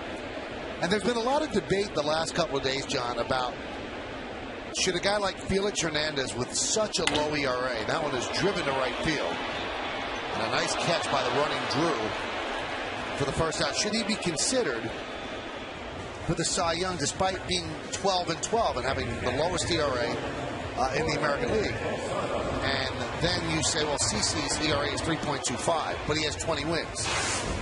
Do you believe that some pitchers pitch to the scoreboard? Do you think that Sabatia's ERA would be lower if his team didn't score him as many runs because if he knew he had to hold the team down to 0 or 1? Yeah, absolutely. I mean, a guy like CC, if you have a 6-0 lead and say you have a couple of runners on and a fastball count, you're going to challenge and come right at him, knowing that a 3-run shot will not beat you in that ball game. ERA might be a little bit. Of course, Felix Hernandez should be involved in this discussion, having a fantastic year. I guess it comes down to the voters. Do you go on stats? There's a ground ball off the bat of Posada. Lowe will take it himself. And stats, I mean ERA stats. Or do you go with the wins being the most important? Well, there are some of the candidates, and you can throw John Lester in there as well. But look at those ERA. How do you discount Buchholz? 2.39, and then Price, I think, took a big step yesterday. Now, Sabathia, I thought, was the favorite and probably came closer to the field with that performance yesterday. But I still pay off on wins because I always say in the pitcher's old age nursing home, they're not going to sit there going, I had a better whip than you. They're going to say I had more wins than you. Well, here's another question. I mean, this is fresh in the minds of the voters now that CC Sabathia had a tough 6th inning last night. And that's what you're going to remember. Felix Hernandez had a tough month of April. I'm sure the voters aren't going to pay that too much attention. He's been dominant the rest of the way. But I'm with you. I mean, 20 wins on a team that is expected to win, expected to go to the playoffs in the World Series. Day after the season ends, that Sunday, the votes have to be in by Monday. So it never involves anything you do in the postseason. And I think the AL MVP is going to be a great battle as well. With Josh Hamilton out and not able to build his stats up more, does Cano move forward? Cabrera has had a great year for the Tigers, but they're not going anywhere. That's going to be a very interesting vote. Here's the 2-2. Grounded to first, a tough hop, and it hit Lowell in the face. Oh my, I hope he's okay. A tough hop, and it got Lowell right in the face. And Granderson is worried and goes right over to him.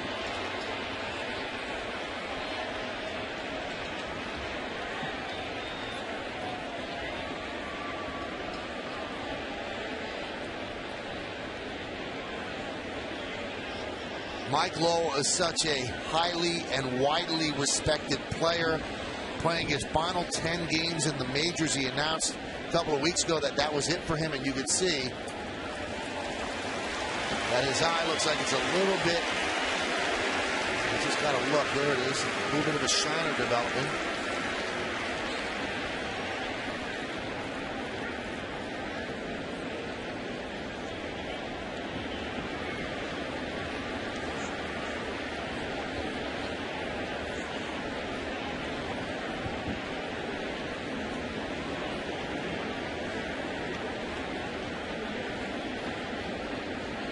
Scary. Well, you worry about a lot of things here, Michael. You take another look at the bad hop.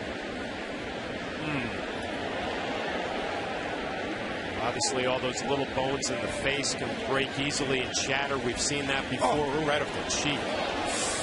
Well, all these talks about concussions lately.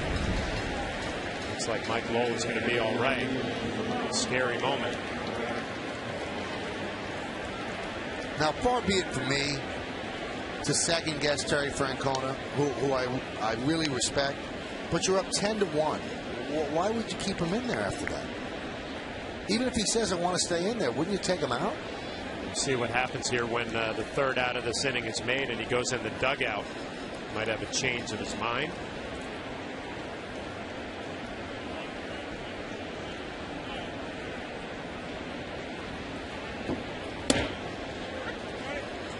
There's a strike.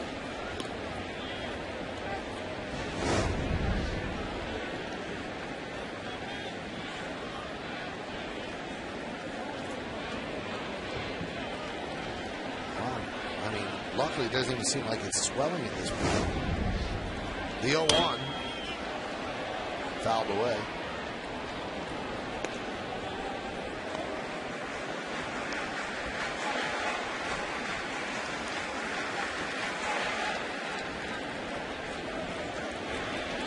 Granderson was so worried, and then kind of gives Lowell a attaboy slap.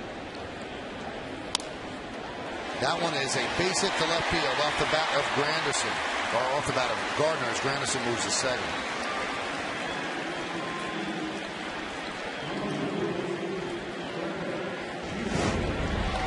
A nice job by Brett Gardner staying on a low fastball, driving it the other way. Always a nice piece of hitting when a lefty goes the other way. Here's an interesting note when it comes to the MVP, John.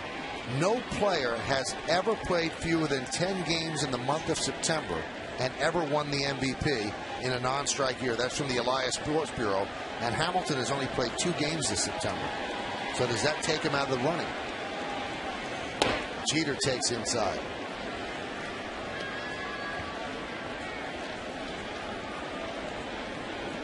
Yeah, Michael, I'm terrible when it comes to all this MVP and numbers and stats and all that stuff. But, you know, Robinson Cano has had just a big year, 321.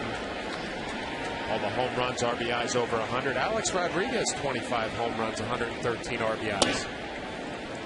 Not going to get any consideration for those numbers. Missing time, batting average a little down. I think the 270-something batting average probably hurts him.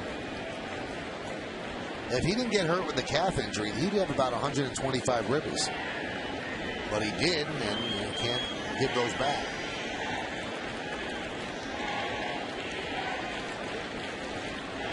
The 2-0. There's a strike.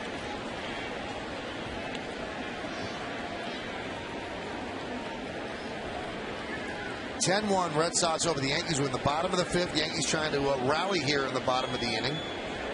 An infield single by Granderson, a bloop single to left by Gardner, and here is Jeter, who is 1 for 2.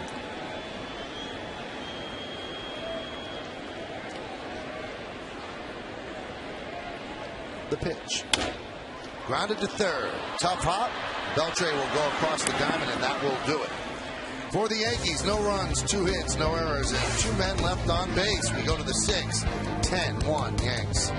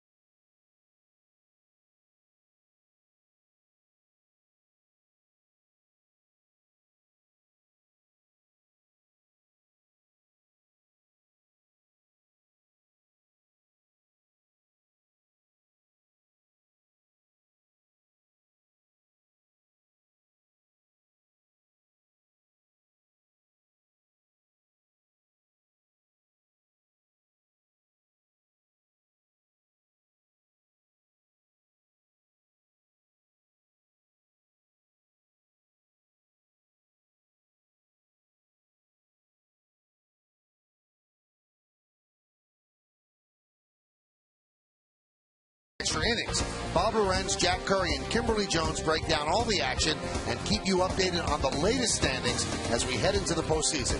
Yankees Extra Innings tomorrow and Sunday after the games. It's only on Yes. 10-1 Boston leads. New Yankee pitcher is Sergio Mitre, and he takes over for Jonathan Albaladeo. The story of this game, Andy Pettitte started, obviously got rocked. That's why he's not in there here in the 6th inning. Actually was knocked out of the game with a 1 out in the 4th. He ended up throwing 75 pitches. Did not pitch that well. Gave up 7 runs. The Yankees, for the first time all season, have allowed 10 runs in back-to-back games. These are the numbers on Mitre. Not too bad. 41 hits and 49 in the 3rd innings. He doesn't strike out batters. He hit ground balls. Looks like Lowell has been crossed off the lineup. We'll see who they plug in there. If that spot in the lineup comes up this inning or who takes over at first. And that makes sense. You just want to be sure. And here's Marco Scutaro. And Mitre deals outside.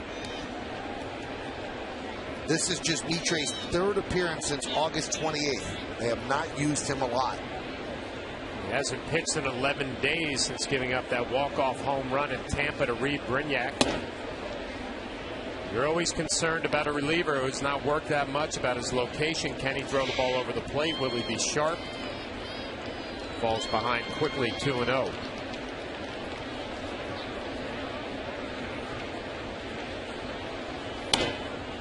Fouled away. 10 runs on 12 hits with 1 error by the Red Sox and 1-4-1 for the Yankees. Tampa Bay now leads 4-2 in St. Petersburg against Seattle. That's in the bottom of the 5th. Shattered bat, knocked down by Mitre, and there's one away.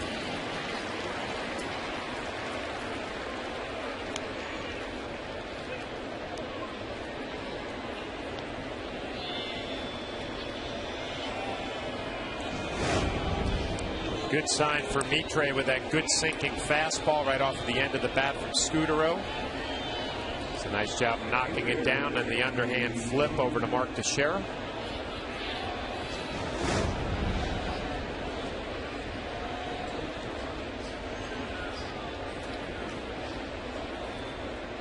Here's J.D. Drew, 2 for 3. And now he's 3 for 4. Swisher comes up and gets the ball back into the infield.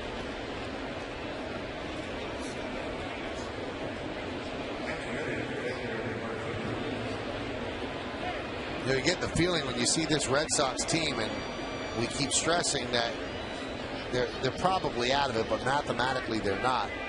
This is going to be a completely different team next year, John. I think they're going to redo the whole thing. You don't know if Ortiz is coming back. You don't know if Martinez is coming back. Lowell is going to retire. You don't know if they're going to re-sign Beltre, who wants a multi-year deal. Do they go that route? So there could be a lot of money coming off their payroll that they're going to want to spend, and we'll see which way they go. Varitek, right? His contract's done. Captain of the club. And the moves they made last year, or last offseason, John Lackey has not paid off the way they thought. They thought he was going to be a huge part of what they're doing, and he's had an okay year. Tough to judge, though, right? GM, general manager Theo Epstein was going to go for pitching and better defense. How do you evaluate when you've had all these injuries if that plan didn't work? I mean, it's tough to do with all the injuries that they have fought through this year. That's a good point. You almost have to see through it. Yeah.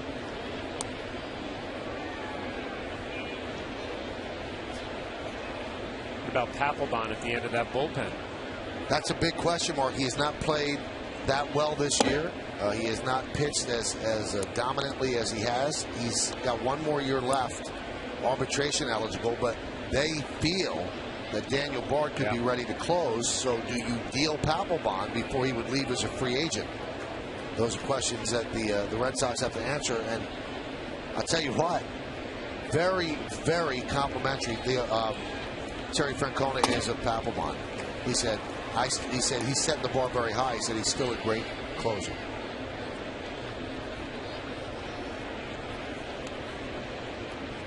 Their starting pitching is locked up, though. You've got Beckett with the long-term deal. You still got years left on the Matsuzaka deal.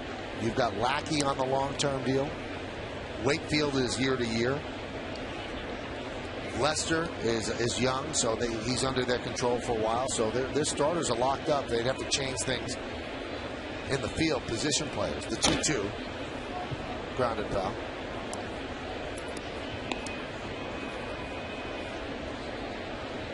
Papelbon's ERA this year is 3.86, and his career high was 2.65 in his rookie year. So that's a full one or more runs per game, or per 9 innings for him.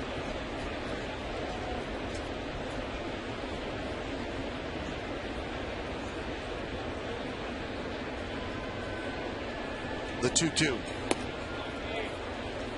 3-2.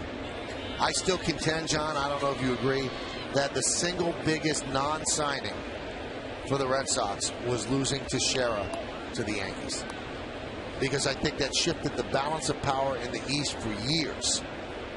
Because the Yankees would not have had Teixeira, and you would have. And the Yankees would have had to have Nick Swisher at first base that year, and who would have been in right? I mean, everything would have changed. The 3-2. High fly ball. Center field. Granderson is there for the second out.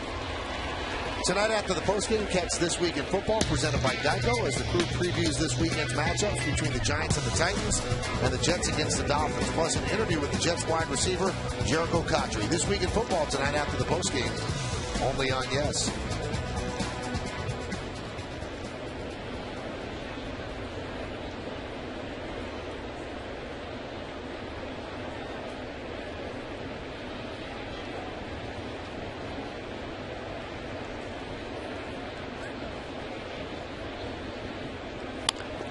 And another part of not signing Teixeira, I feel, John, forced them to make the trade for Victor Martinez. That was their answer to what Teixeira would have been in their lineup. And I think they thought they had Teixeira signed. Yeah. Well, Victor Martinez, for me, is really going to be the interesting one. I mean, his second half of the year since coming back from the injury has been spectacular. We're hearing that he's throwing better behind the plate. Well, the one thing that we know from general manager Theo Epstein, he has a plan, and he also has, what would you call it, a financial plan. He will not overspend for some big names. Has a budget that he works with.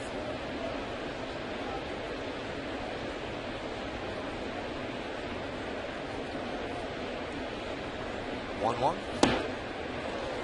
1-2.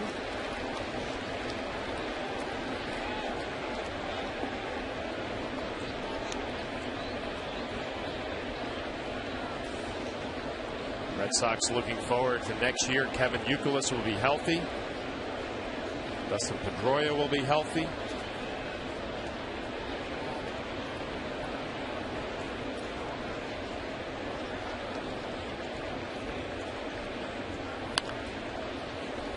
What do you do with Ellsbury? Can you depend on him? He kept getting hurt all year. He has a reputation now. Yeah. Huh? Can't stay healthy. And he was a big part of their pitching and defense plan. And all of a sudden, your center fielder's out. And your leadoff hitter. 10-1 Red Sox lead, top of the 6th, runner on first with 2 outs. Ellsbury played just 18 games this year. 18, the 1-2. Grounded in the hole, backhanded by Jeter. The throw to second. They got him. They get J.D. Drew on the force. Nice play by Derek Jeter. No runs a hit, no errors, and one man left on base. The captain goes in the hole. The jump throw to second, and they just get Drew for the final out.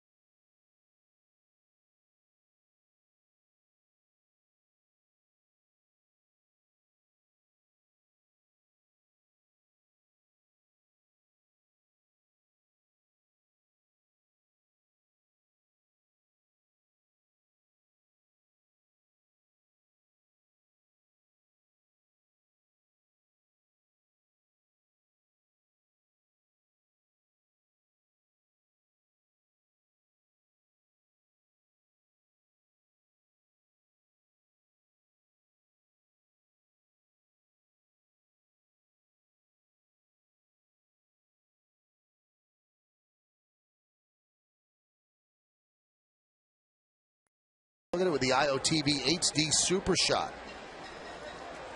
Derek Jeter going to his backhand, jumps. You see Robinson Cano acting like a first baseman with the stretch.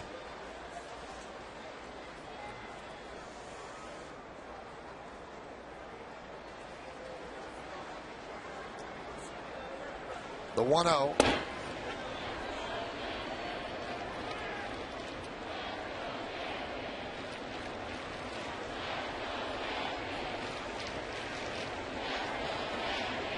The 1-1. 2-1. 10-1. Red Sox lead the Yankees. Let's see when the ball gets the glove. That's a good call by the second base umpire, Phil Cousy.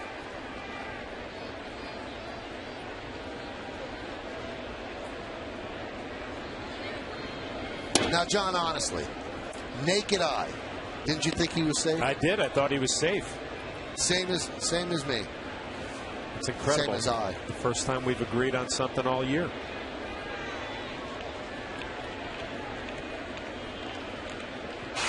I think we agree on more than you think. You're just a contrarian. There's a ground ball. Diving stop by the new first baseman, Lars Anderson. And he flips to Beckett for the first out. Lars Anderson comes in from Mike Lowell, who took that ground ball from Curtis Granderson off his cheek. Number 44 makes a nice play going to his right. First out in the 6th inning.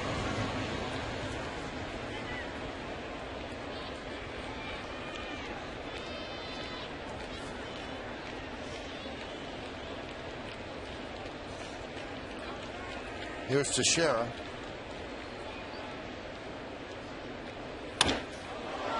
High drive, right field, drew back, on the track, at the wall. See ya. A long solo home run from Mark Teixeira. And the Yankees now trail 10-2.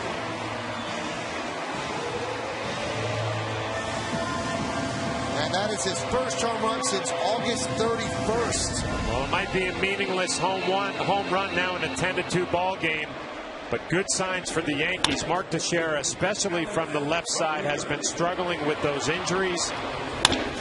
Best swing we have seen from him in about a week from the left side. His 31st home run of the year. 75 at bats since his last home run, and he still has 31 on the year. Saw some better swings from Mark from the right side last night. That's a rocket there from the left side. 31st home run. Breaking ball strike.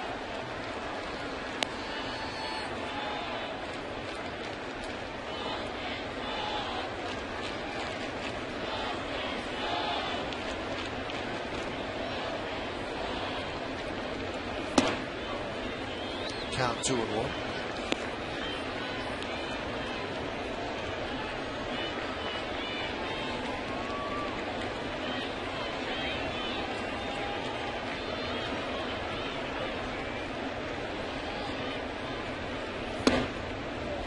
And the count 3-1 to Alex.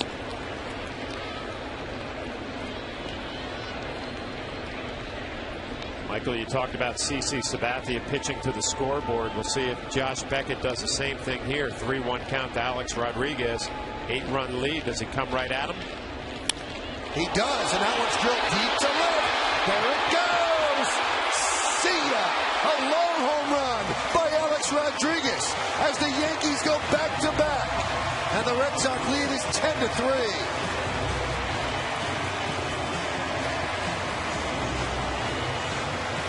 Alex Rodriguez with his 609th career home run, and that ties Sammy Sosa on the all-time list. This is what winning pitchers do when they have a big lead. They come right at hitters.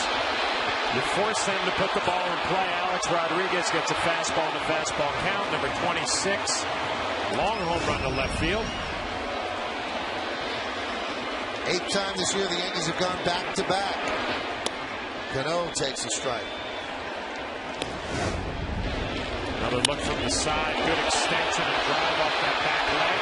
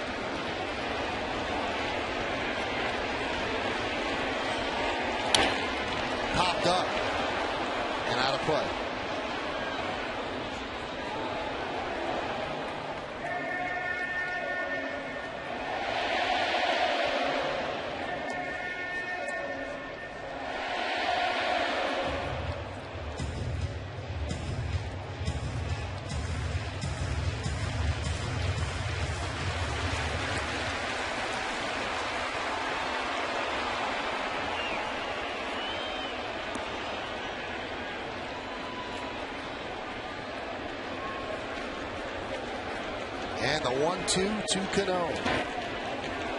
2-2.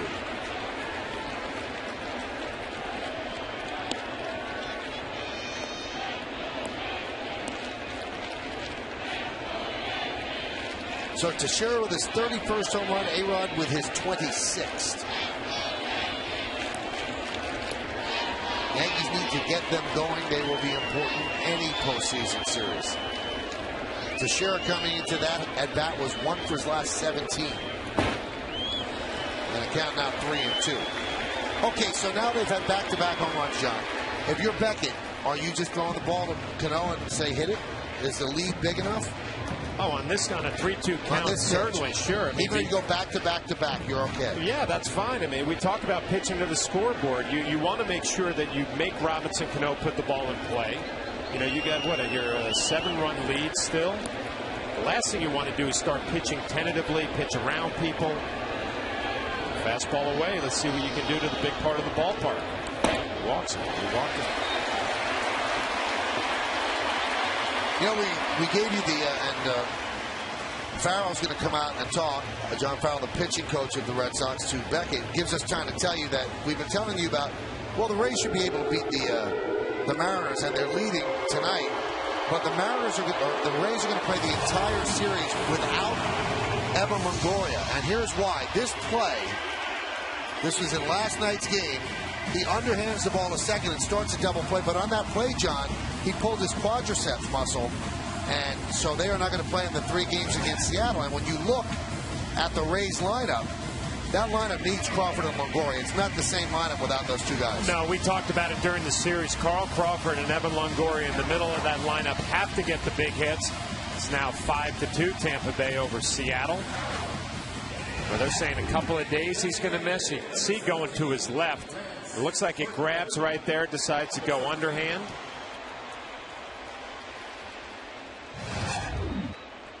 You wonder if a couple of days will be enough to clear that up. High drive, deep center, McDonald back, he's on the track, he'll make the play. Cano was all the way past second, retraces his steps, and heads back to first as Berkman flies out to center. Tell you what, Lance Berkman is 0 for 3, and he had a rocket his last time up, a line drive to right field, and this ball to center field is hit well. Sometimes you got to look past the numbers. Lance Berkman is swinging a hot bat right now. Everything he hits is either hit hard on the line. This ball deep to center field. Kevin Long, Joe Girardi have to be happy with where their designated hitter is from the left side. He's not happy. He wanted a couple more feet. Here's Posada. Hey, Posada hits one in the seats. They have a different feel, and it's 10-5 all of a sudden. So let's see what he does in this at bat with Cano at first. And there's a strike. So far, a very efficient, well-pitched game by Josh Beckett. Helped early, immediately in the second inning, he had a 3-0 lead. Then it turned into 7-1 after 3.5, and they haven't looked back. So he runs into some issues here in the 6th, back-to-back to Teixeira and A-Rod. Cano was about a foot off the bag. So we got to give Beckett a little bit of credit. I mean, we talked in segment 2 about how the Yankees have beat him up in the career and this year. 4 starts, ERA over 11 coming into this one. But he's looked like a different pitcher tonight, mixing up his pitches a lot better.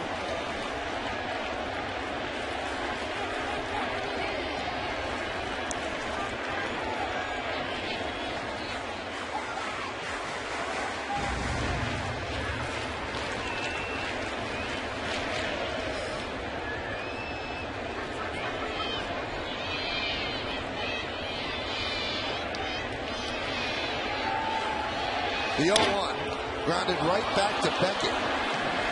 Flipped to first, and that will do it. But the Yankees put 2 runs on the board. They do it with the long ball. It starts with Mark Teixeira's first home run since August 31st. And then Alex Rodriguez goes back-to-back with a home run up the facing of the second deck. Yankees still trail.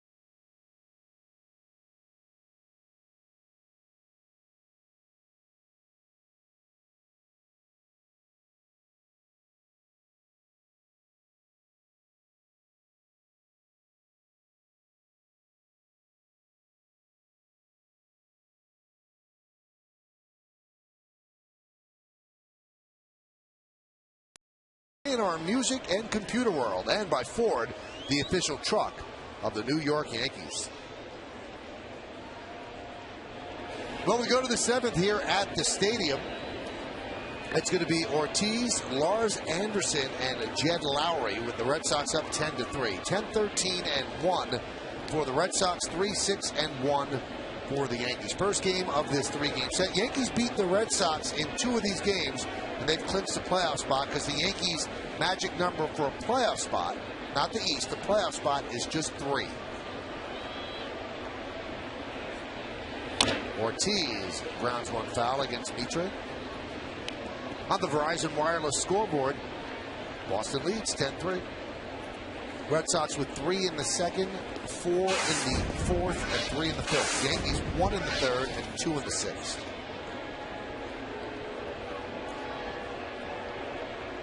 It should come as no surprise that the Red Sox are doing well here at the stadium. Since May 22nd, they had the best record in the major leagues on the road.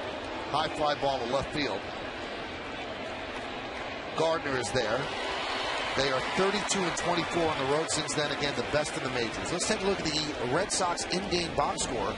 Brought to you by McDonald's. There are 13 hits in there. 3 by J.D. Drew.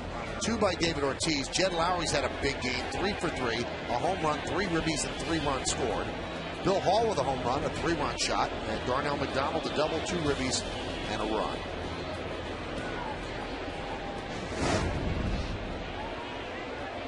Little sinker up in the zone. David Ortiz had a pretty good pitch to hit, just working underneath it a little bit.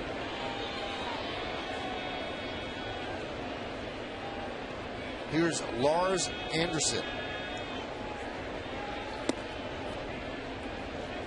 Anderson took over at first after a bad hop. Caught Mike Lowell on the right side of the face, kind of near his eye. He stayed in for the remainder of the inning in the field, but then was lifted.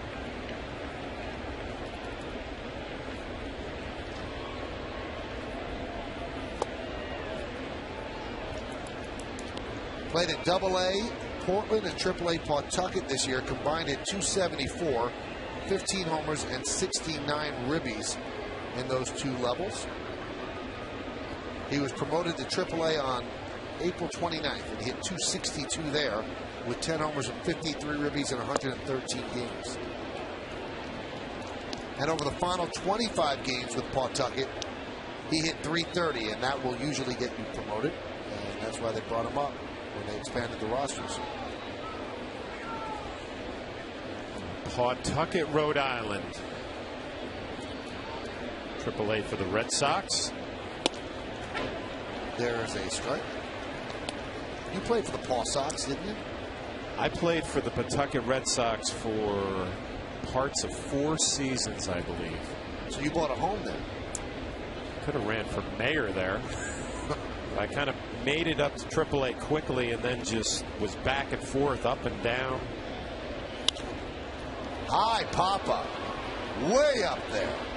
Teixeira calls off Cano and makes the play for the second out. Tomorrow's starting pitchers brought to you by Fios TV, Internet, and Phone. It's time for Fios. John Lester, 18-8, 3.06 against Ivan Nova, 1-0, 4.11. Now, the game's going to be on Fox, but Yankees extra innings on Yes immediately follows the game. So once the final out is done, boom, you turn to Yes, and we have it all covered with Bob and Jack and Kim. Same thing on Sunday. Games on ESPN. After the final out, go right to Yes, and we'll have it all covered. Jed Lowry takes a pitch inside. Well, you know I'm interested to watch that one tomorrow, Michael. Nova, an intriguing arm, has been dominant at times.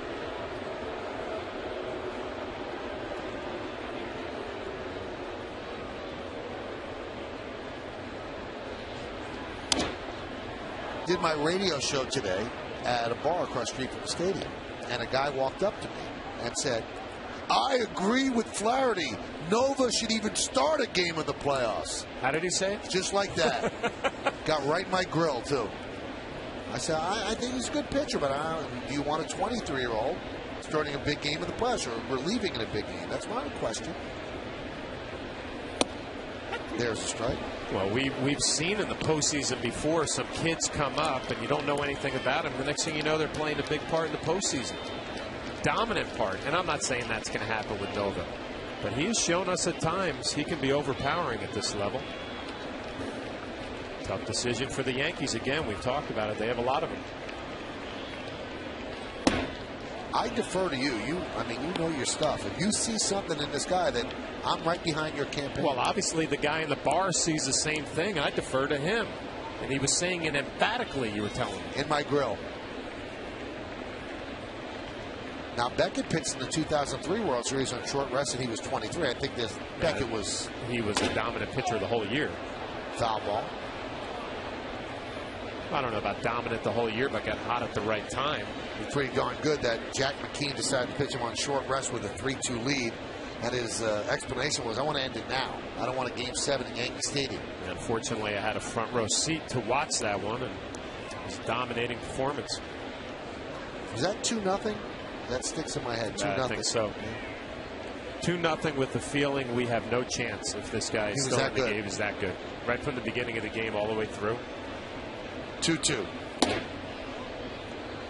When you see a guy pitching like that and the other team scores a run, do you start to get worried? Was he that good? No, I mean, early in the game, you know, it's kind of like a heavyweight fight. You're kind of waiting to see who's got the good stuff, who's got the stamina. And you could tell Beckett was on early. So when you give up a run or two early, you're kind of like, we might be in trouble. But he got stronger as that game went on.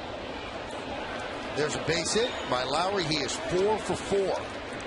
Swisher gets the ball in quickly. This copyrighted telecast is presented by authority of the New York Yankees. It may not be reproduced or retransmitted in any form. The accounts and descriptions of this game may not be disseminated without the express written consent of the New York Yankees.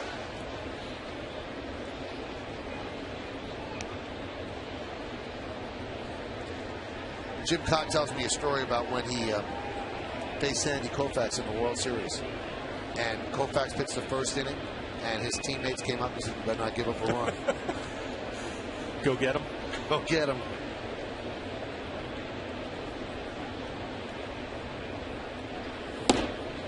Pitch outside to Hall. Well, I remember in that World Series, it was a big deal. He was coming back on short rest, and you really paid attention early. Like, is he going to have it, or is the short rest going to be a problem? Obviously, it was not. And he pitched a complete game. It's a complete game. And, you know, Michael, as a backup, I would always go to the bullpen in the middle of the game, you know, to get the relievers warm, and walked off the field that night with Roger Clemens thinking that was his last game in the big leagues. Obviously, that didn't happen. Obviously not. That'll do it. Bill Hall grounds into the fourth. In the seventh, no runs a hit, no errors, and one man left on base at the end of 6.5.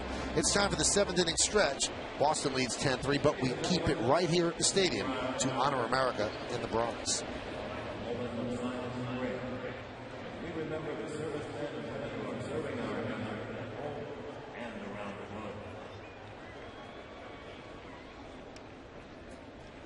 Thank you. Now Kate Smith's rendition of God Bless America.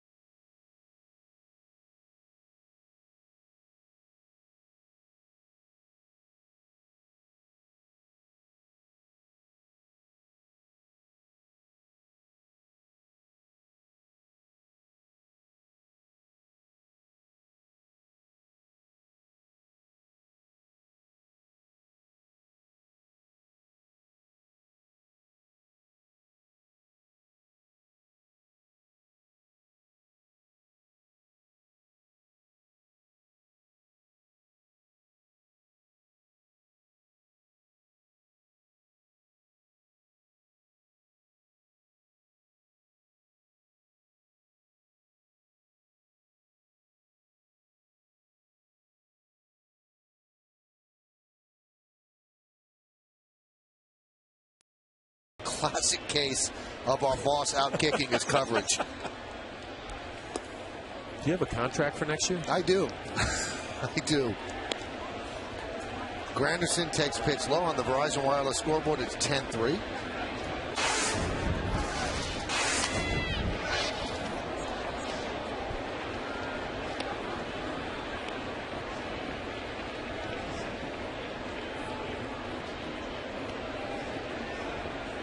$49,457 here at the ballpark. It's a sellout. 13th sellout of the year here at the ballpark. 1-1. And the count 2-1.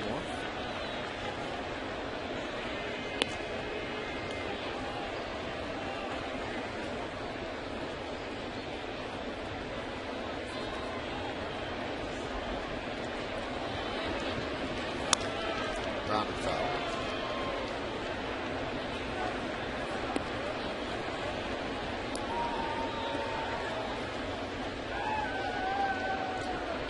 How about this, John? Jose Bautista hit 2 more home runs tonight. 52 on the year.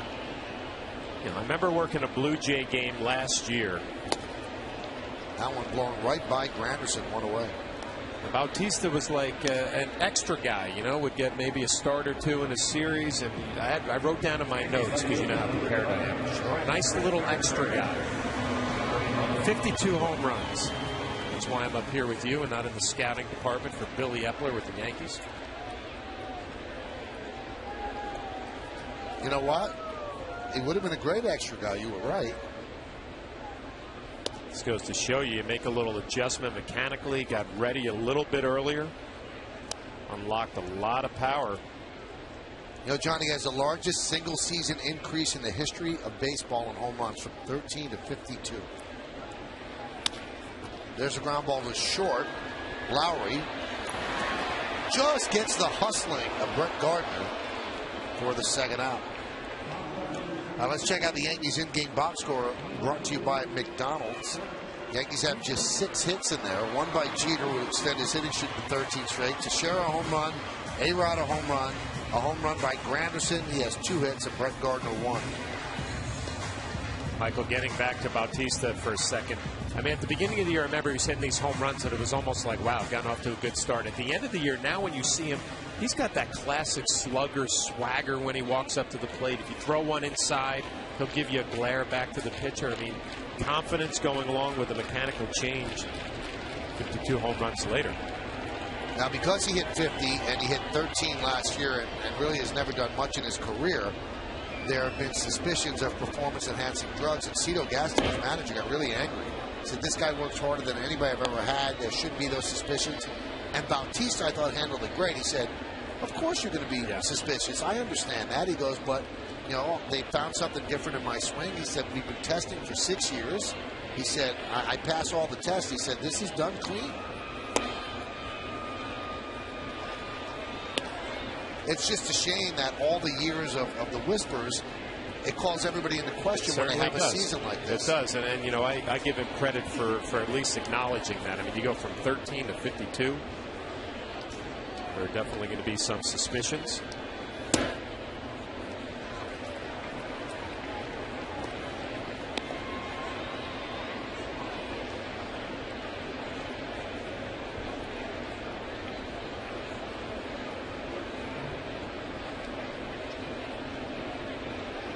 Meanwhile, Josh Beckett, 92 pitches with 2 outs in the 7th inning. On top of his game tonight at an early lead. He's taken advantage.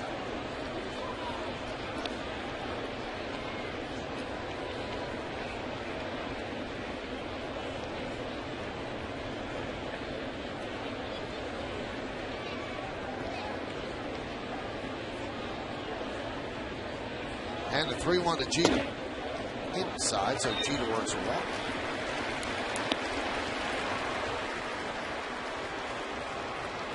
Well, Bautista with 2 home runs against the Yankees. That one against A.J. Burnett. And that one even farther. So he doesn't get cheated. Those are not wall scrapers, John.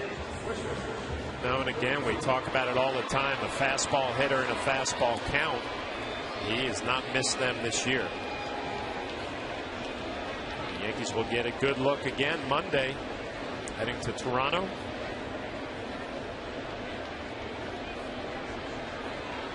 Dangerous team, good young rotation, a lot of power.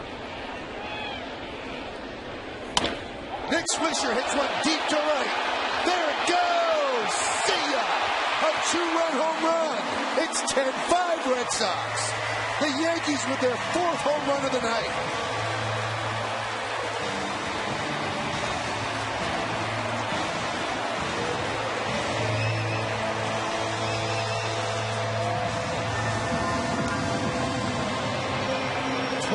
Innings against the Yankees this year, John, and Beckett is now allowed 9 home runs. Well, Beckett not afraid to challenge some Yankee hitters early in the count. It's a first pitch fastball. Not a whole lot of movement down the middle of the plate. Nick Swisher takes care of it. Home run number 28, a 2-run shot.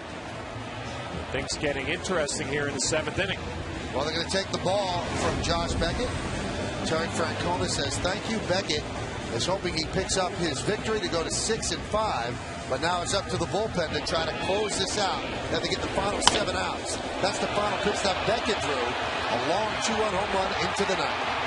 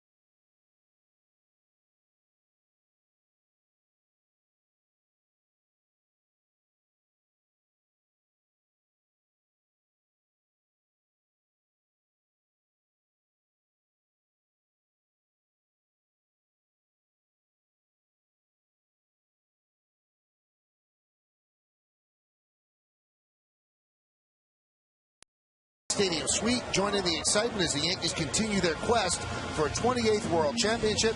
Yankee Stadium Suites are the perfect entertainment venue with sizes ranging from 12 to 60 guests. Reserve your suite today. Availability is very limited. For more info, call 212-YANKEES, visit Yankees.com, or email suites@Yankees.com. Scott Atchison will deal to Mark Teixeira, and there's a strike.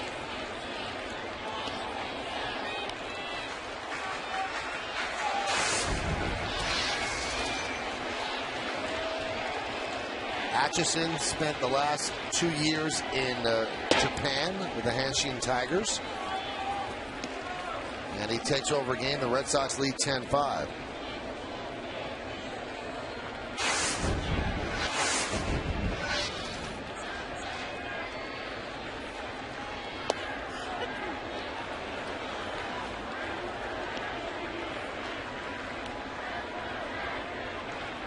The largest deficit the Yankees have overcome this season to win is 5 runs. So this was 10-1 at one point. Atchison wanted that pitch, a little backdoor cutter. Came off the mound thinking he had strike 3 against Mark Teixeira. Did not get the call. It looked like it came around the plate. Victor Martinez tried to bring it back.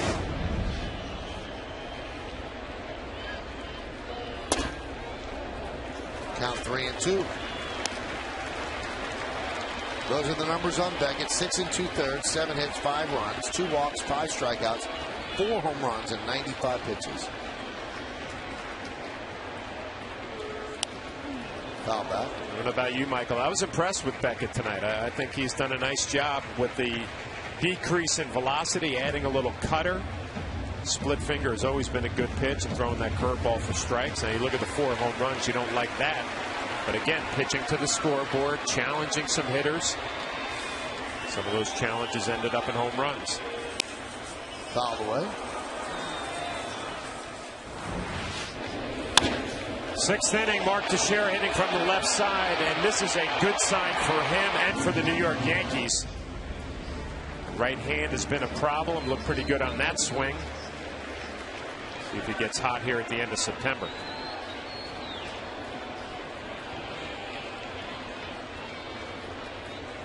And he walked him. So that's going to bring up Alex Rodriguez.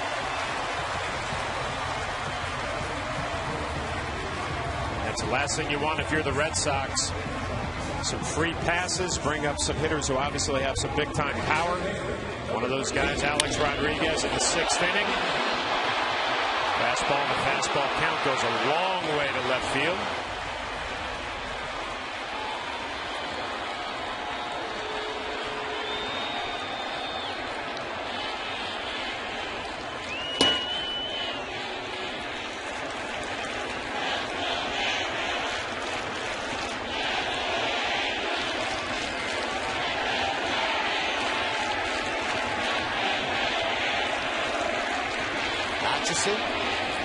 And the 1-0. That one is drilled deep to left center field. Going back home. Looking up. See ya. A 2-run home run for Alex Rodriguez. And the Yankees are making it interesting. The Red Sox now lead 10-7.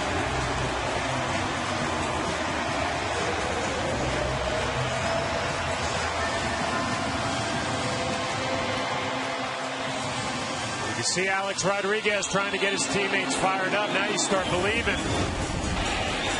Fastball down, middle in. The line drive that gets out of here into the Red Sox bullpen. Home run number 27, second of the ball game. And the 610th of his career. He breaks the tie with Sammy Sosa. But more importantly, he gets the Yankees right back in this game. You're down 3 runs in the 7th. It's certainly not insurmountable. Boy, did he crush that, Marky John. Yeah, it's not the solo home runs that would beat you. It's the walk before the home run right there. A 2-run shot. But Atchison's probably not real happy about the walk of Mark Teixeira, and then Alex Rodriguez follows it up with a 2-run shot. Big-time momentum shift here in the 7th. As we mentioned, he passes Sosa, now stands alone in 6th place on the all-time list. He's 20 behind Ken Griffey and 50 behind Willie Mays.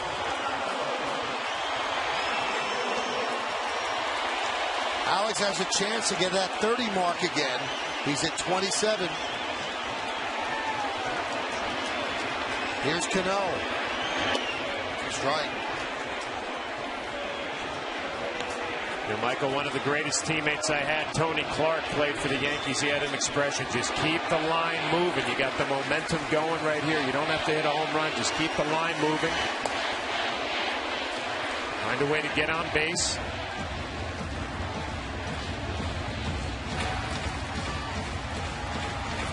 Okajima and Bard, so they have the big guns up now.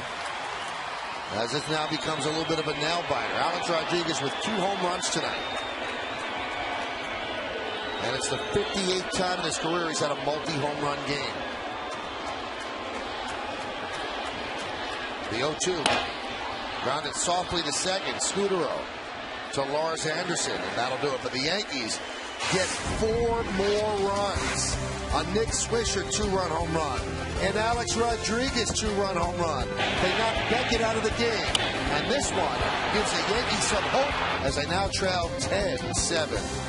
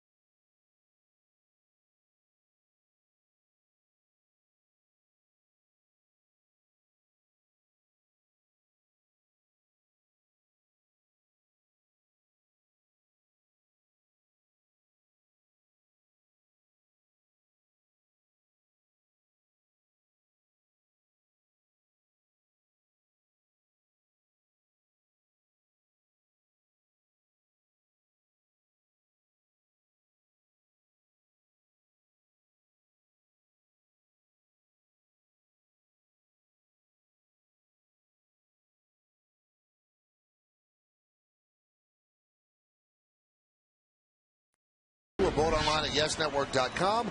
Tonight's candidates are number 1, Jed Lowry, number 2, Bill Hall, number 3, Nick Swisher, number 4, Alex Rodriguez. Vote now, make your voice heard. Standard text messaging rates apply. Well, Sergio Mitre was allowed to warm up, and Joe Girardi came out of the dugout. He will signal for Kerry Wood. He wants to get his better relievers in there. The Yankees are in this game and battling.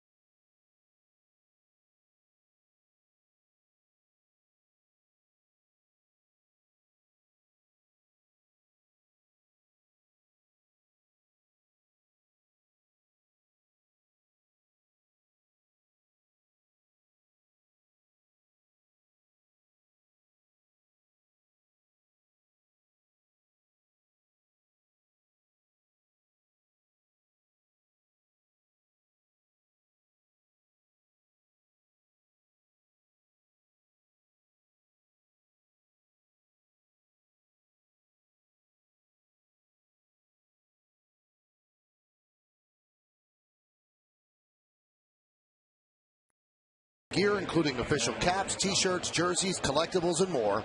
Get your team gear straight from the source. Shop the Yankees.com shop.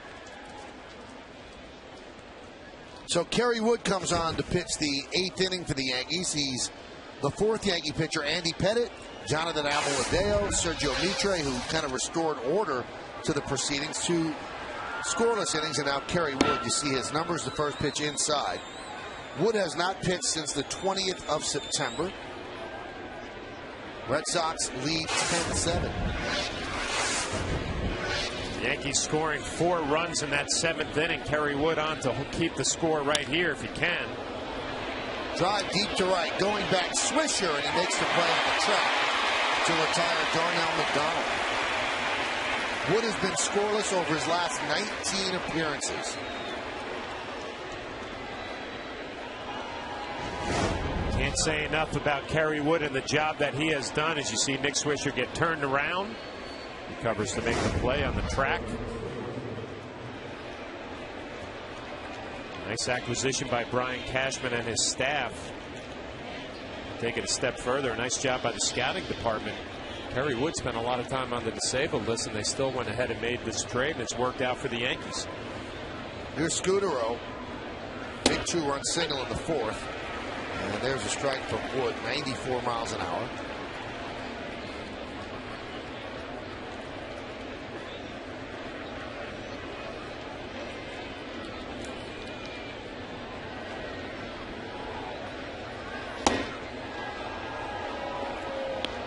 Count 1-1.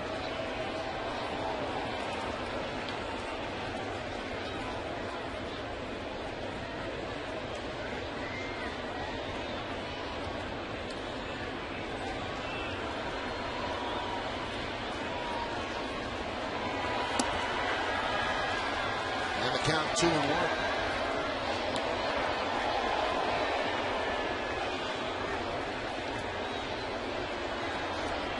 Mitre with a good job.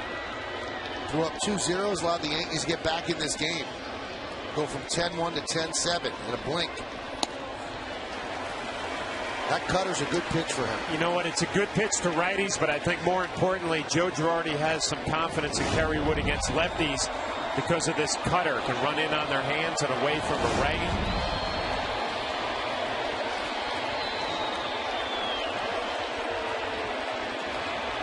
Good 2-2. Driven out to left field. Going to be a long run for Gardner, and he makes the play. Boy, Gardner covered a lot of ground to haul that in. A lot of things starting to go the Yankees' way. The home runs, and now a nice defensive play by Brett Gardner, playing a shallow left field, covering a lot of ground, running to a spot, making the play.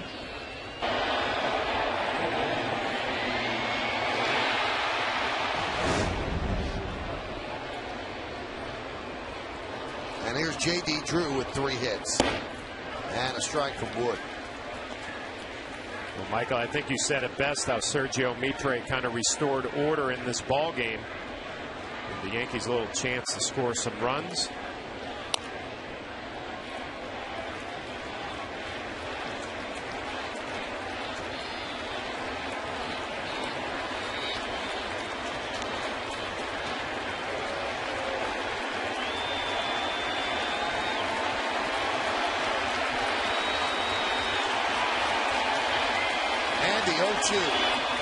Strike 3. Drew down looking. A strong 8th inning for Kerry Wood. He retires the Red Sox in order. Now the Yankee offense takes over in the bottom of the 8th. They need to make up 3.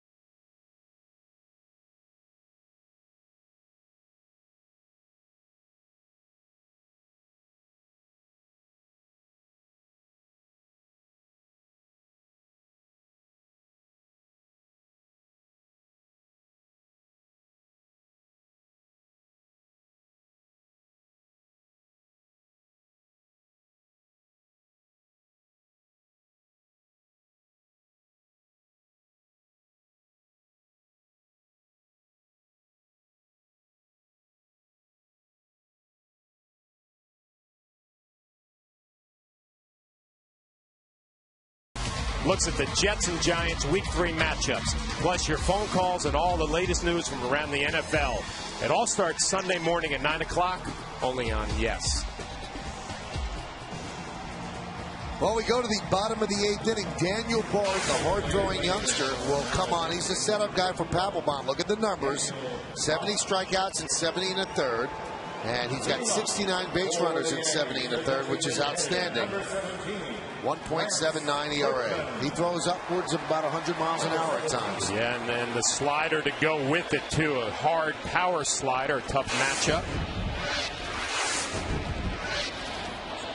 Many people think he's the heir apparent to Jonathan Papelbon. He's looking to stop the momentum that the Yankees have offensively lately. 4 runs in the 7th. That's a good way to start things off. Old Yankee pitcher back in the early 60s, Ryan Doran, who wore these big, thick Coke glasses, Coke bottle glasses, and his first pitch, usually when it's warming up, would be up on the screen just to get the battle a little bit nervous, and he also threw extremely hard. The 1-0. Dropped it down a bit, 97. Yeah, I'm interested to see this matchup, though, Michael, because Lance Berkman really has been swinging the bat a lot better. He's been hitting the off-speed pitches for a little bit of power and taking care of the fastball up the middle. See how this matchup works out. Borderline high strike. Lance Berkman doesn't like it. Big pitch from Bard to get back into the count.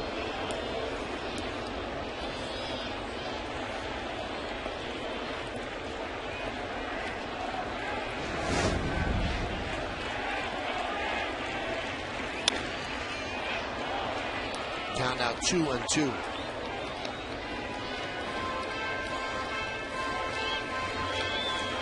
Ryan Doran pitched for the Yankees 58, 59, and 1960.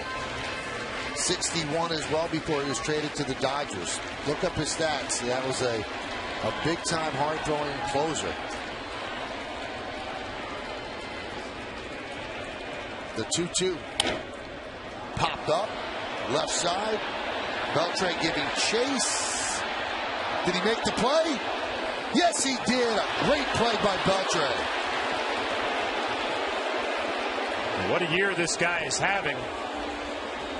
Numbers offensively. Brought to Boston for his defense and does a nice job finding the wall into the stands. Nice concentration.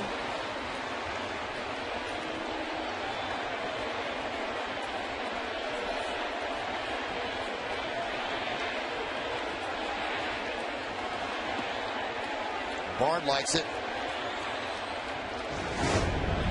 In 14 games against the Yankees, Bard has a 5.40 ERA. He's allowed five home runs in 11 2/3 innings.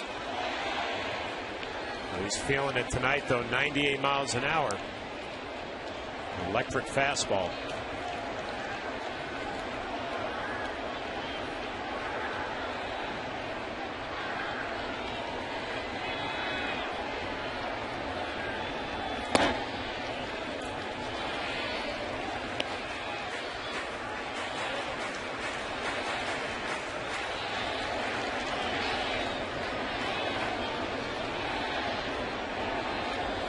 Posada's 0 for 3 tonight. He's faced Bard once and has not picked up a hit. Count 1-2. Now he throws that hard, and that's what makes the slider so effective, because you've got to start your bat. And all of a sudden the ball's going to dip down. So far it's just been fastballs.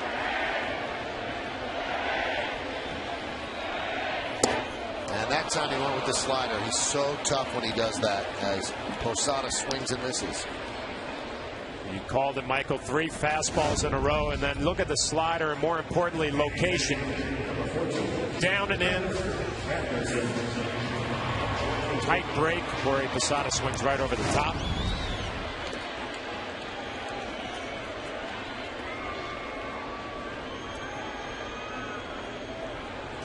Berkman and Long going over Bard. Granderson with a base hit to right field. He turned around a 99-mile-an-hour fastball and picked up his 3rd hit of the night. He has been on fire. The swing just so much simpler and short. And it helps that that 99-mile-an-hour fastball is down in the zone.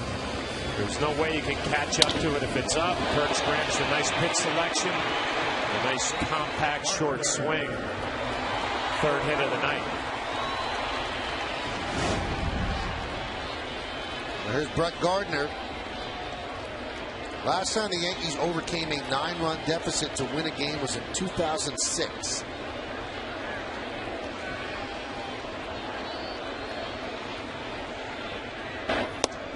And a strike to Gardner. We mentioned 49,457, a sellout, 13th sellout of the year here in the Bronx. Yankees Red Sox on a Friday night on a beautiful evening in New York City.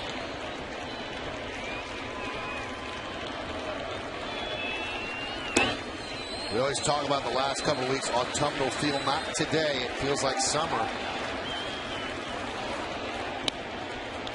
And the Yankees are getting hot late with 2 in the 6th and 4 in the 7th. And they've hit 5 home runs in this game, all against Josh Beckett. Now, Bard on. Nope, check that. There was 1 against Atchison.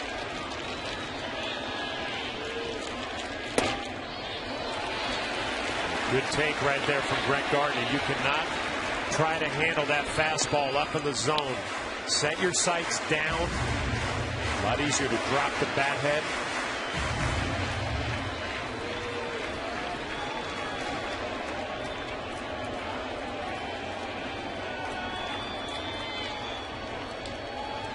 Two one. Slap the other way.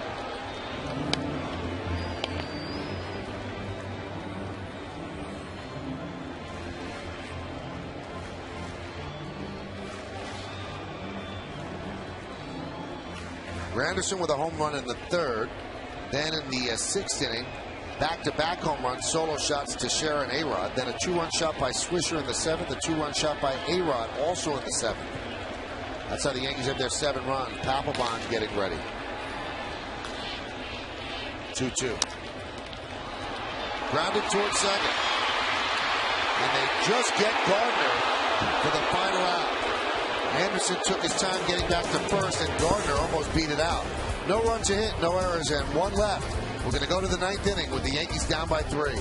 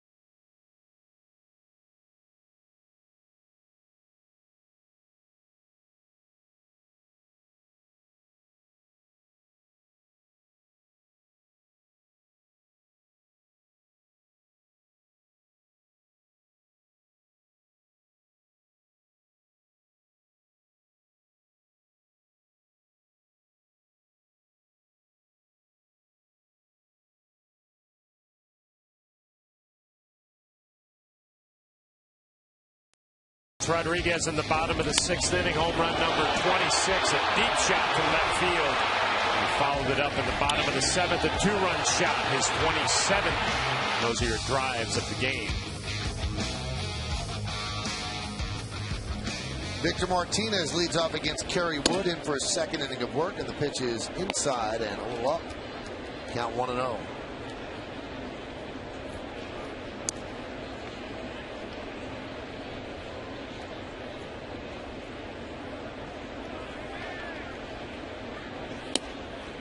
Pitch inside. Hey, I want to correct one thing that I said. Ryan Duran wasn't traded to the LA Dodgers. He was traded to the LA Angels. So if you're looking up Ryan Duran, the guy we were talking about, he went to the Angels in the American League. So my apologies. The 2-0.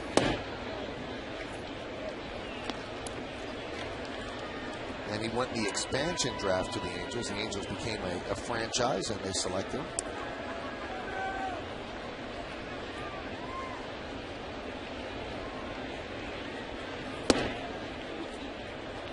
And Victor Martinez walks on 4 pitches.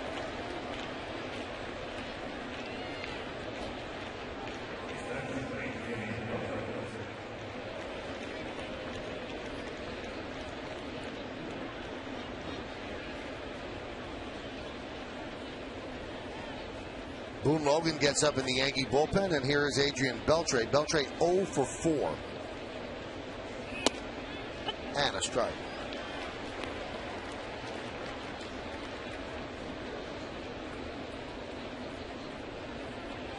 There's Boone Logan.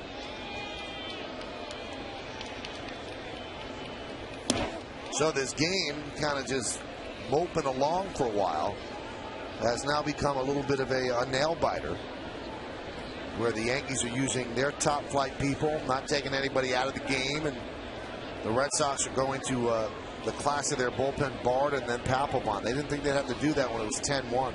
Those are the numbers against Wood for Beltre. Breaking ball buckled his knees in the count 1-2. Big power curveball from Kerry Wood. We've seen Beltre go to his back knee on a few pitches. I just saw a highlight last week. He had a home run with a type of finish, that back knee down to the ground. Clearly fooled. 1-2. Swing and a miss. Struck him out on that cutter. One away. Kerry Wood has some good stuff. The power fastball, little cutter. Saw the curveball pitch before. And the cutter to finish Beltre. Well, with David Ortiz due up, Joe Girardi wants to match lefty against lefty, keep Ortiz in the park. Wood gets a hand, and Logan comes in.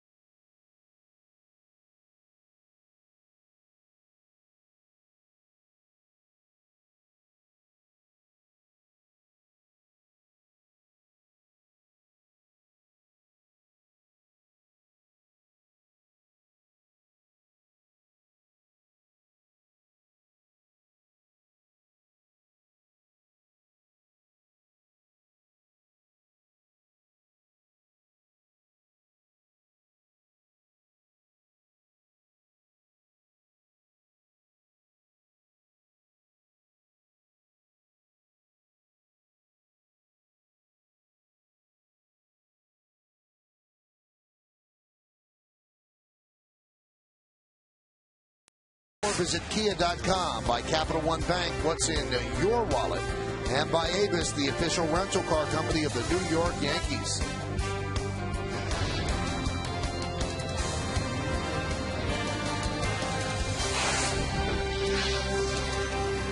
Those are the numbers on Boone Logan. He is the Yankees' left-hander in the bullpen. At this point, their only left-hander. Royce Ring is making a bid to be a second left-hander on the playoff roster. And then you hear news that Marte actually has an outside chance. But right now it's Logan against Ortiz. Ortiz is 2 for 4 with 2 runs scored. He doubled to left center in the second, singled to center in the fourth, grounded to first in the fifth, and flied out to left in the seventh. So Victor Martinez leads off first. And Ortiz swings at the first pitch and lofts it to left field. Gardner puts it away for the second out.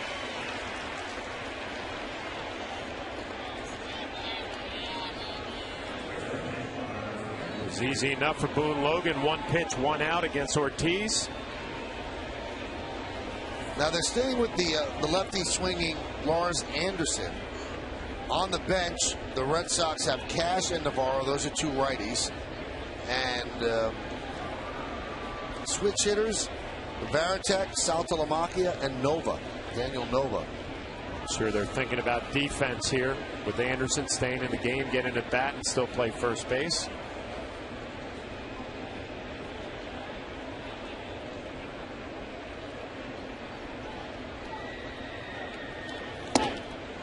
Pitch outside. It's over in St. Pete. Tampa Bay with a 5-3 win over Seattle. So either the Yankees come back or they drop out of first place, and they'll be a half game behind the Rays. The 1-0. Grounded to first. Teixeira will put it away for the final out. We go to the bottom of the 9th inning. Do the Yankees have a rally in their bones against Papelbon? We'll see.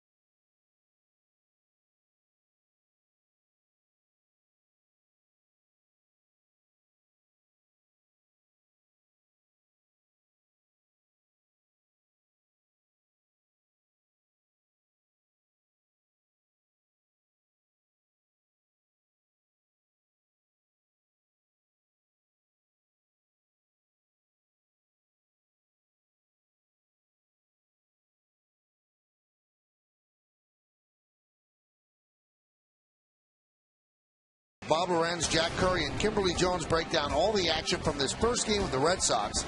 And also they look around the league at the latest standings in the postseason race. It's all coming up after the last out. It's right here on Yes. All right, so the Red Sox didn't think they'd have to use their closer when they were up 10-1. Now they're up 10-7. Bottom of the 9th inning, they bring in Jonathan Papelbon. Well, you mentioned that ERA earlier, Michael, 3.86, just under 4. Not having that dominant year that he has had in the past. The Yankees have the top of the order. Derek Jeter, Nick Swisher, and Mark Teixeira. So Jonathan Papelbon will have to earn it here in the 9th.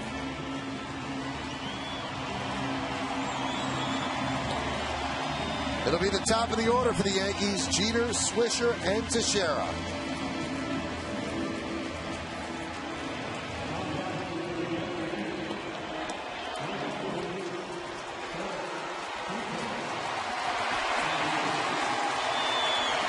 The Yankees have 6 wins this year when trailing after 8 innings. They had only 5 last year. Blown saves this year, Papelbon has 7. In 09, 3. In 08, 5. And the 7 is the most in the American League. Now, in comparison, Mariano has 3. In 4 appearances this year at Yankee Stadium, Papelbon has pitched to a 9.00 ERA. So it's all set up. Let's see what the Yankees do. Derek Jeter starts it off. Strike.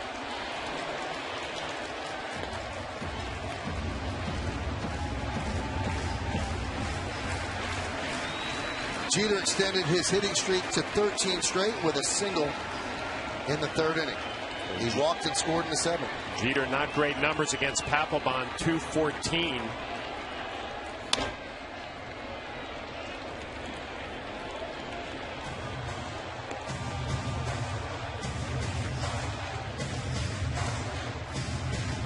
You want to get Alex Rodriguez up there if you can. 308 with a couple of home runs against Papelbon.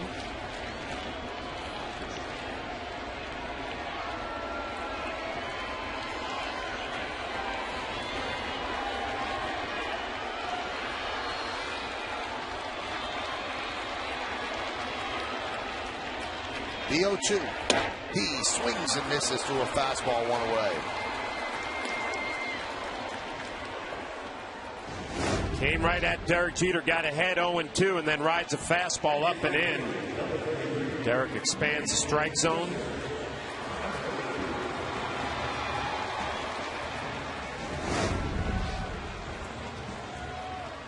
Here's Nick Swisher. His 2-run home run in the 7th made things interesting at 10-5.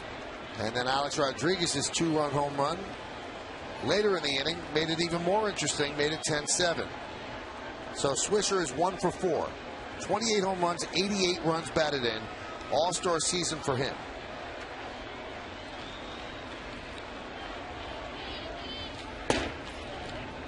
The off-speed pitch away, and the count 1-0. Down by 3. Will Nick Swisher be taking a strike, or if he gets something he likes, he gets the green light? Some managers have a philosophy. They want you to take a strike off a closer down by 3. And I believe if Nick Swisher gets a fastball he likes, he will be swinging away. Fastball. What was that? It might have been a cutter. Two-seamer maybe away, and the count now 2-0. Yeah, being kind of cute here with Nick Swisher early in the count. I'm looking maybe a little two-seamer that misses down and away. Maybe a little split, a hard split. 3-run lead. Now he's behind in the count. He has to come at Nick Swisher. Fly ball, center field. And the Yankees are down to their final out. Now, before this game ends, I do want to point out this is our last home game on Yes. Obviously, next week we're on the road doing the games. But I want to thank all of our crew that works on our home games. It is the best. I mean, it is the best crew in all of baseball. And they put on the best show, and they get the best shots. And we couldn't thank them enough. Everything that they do is top flight. And we love them. And they work here at the stadium all year, so thank you to all the guys and gals behind the scenes. Couldn't have said it any better.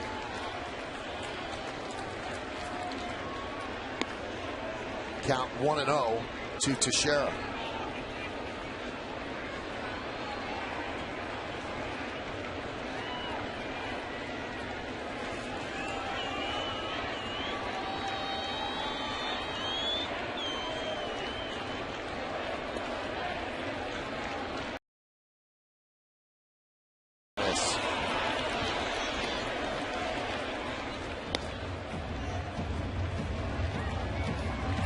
Well, Terry Francona has his club playing day to day. Try to win the game that night and worry about the next day.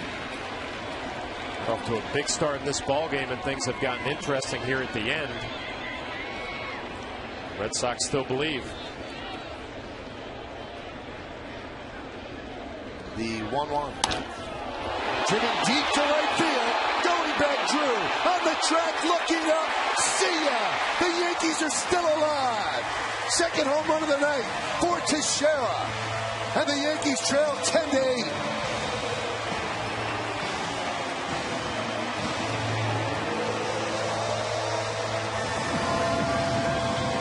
Second home run of the night for Mark Teixeira, his 32nd. Again, we mentioned it with his first home run. Good signs for the Yankees, and Mark seems like that right hand feeling better. Fastball down. It's actually the first hit he has ever had against Jonathan Papelbon. Was 0 for 9 coming into that at bat.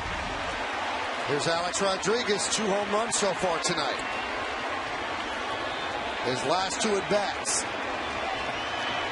Papelbon deals. Count 1-0.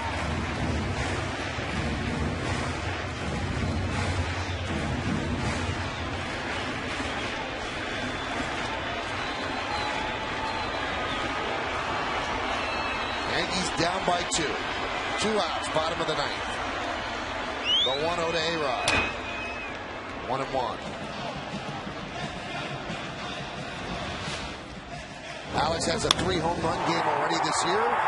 He did it in Kansas City. And some of them were just titanic glass. And that one landed in the drink. Does he have another home run against him, or as John said, move the line along? You're down by 2. 1-1. Close pitch right there. Alex Rodriguez gets a call. Those are the numbers against Papelbon. 4 for 13. 2 of them home runs. It's amazing how one pitch can swing in at bat. Now Alex in the driver's seat, 2-1. Just off the plate. Could have went either way.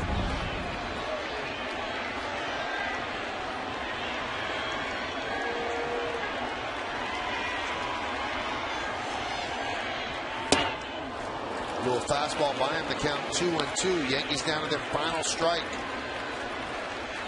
Who would have thought when they were down 10-1 that the tying run would be on deck in the bottom of the 9th inning?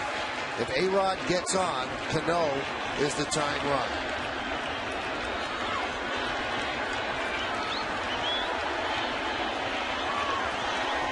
Two balls, 2 strikes, 2 outs. Full count.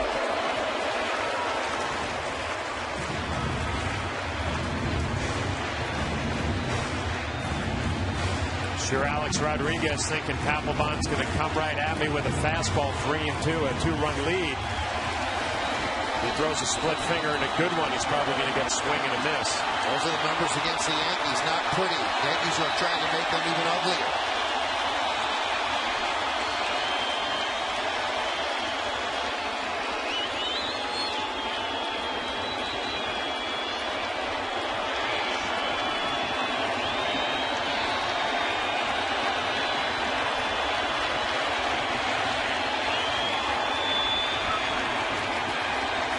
The 3-2. He walked it. The Yankees now will bring the tying run to the plate. You have to have a lot of confidence to throw that pitch 3-2, a split finger, and he missed. Now Robinson Cano has a chance to tie this ball game up with one swing of the bat. 3-2. If you throw it for a strike, you're probably going to get a strikeout, but not even close. Alex Rodriguez recognized it right away.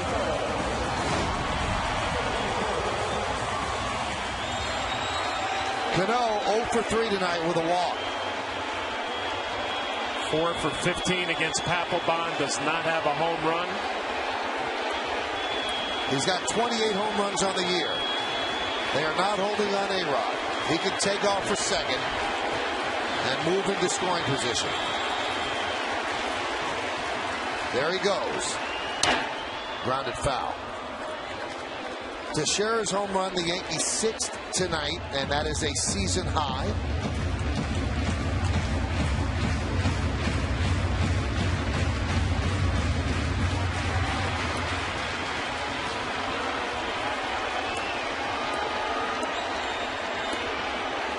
It's all you could have asked for if you were the Yankees when you were down 10-1, a chance for one swing of the bat to tie it up.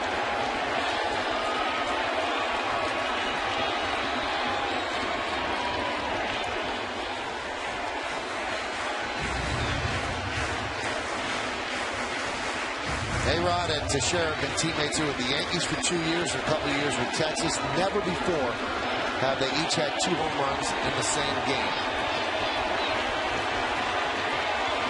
There he goes. The 0-1 is outside, so Alex takes second on defensive indifference, and that removes any kind of force on a diving play.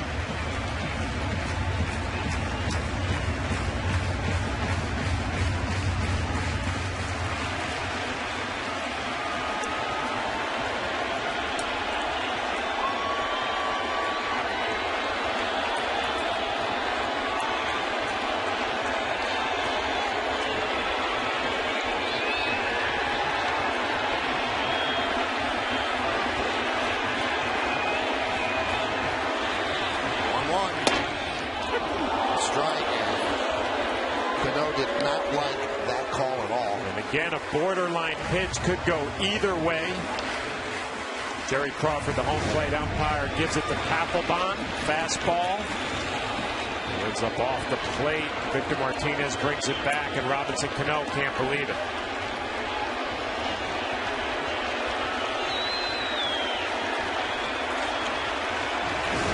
In the Great Hall, they are watching, deciding whether or not to leave. And the 1-2. Still 1-2. Not too many in this crowd have left. 13 sellout of the year. Sure, there are some that have gone, but the vast majority have stayed as the Yankees chipped away and trying to pull off one of their more dramatic comebacks.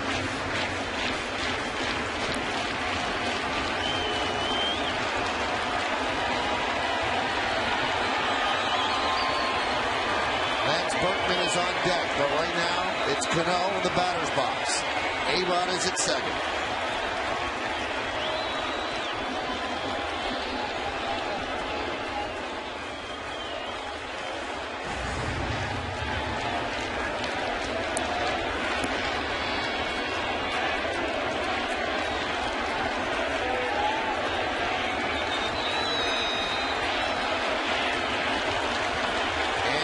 pitch.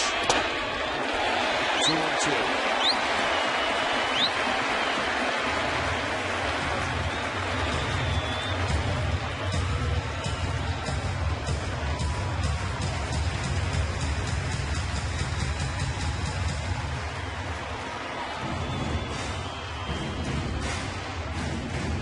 Two balls, 2 strikes, 2 outs.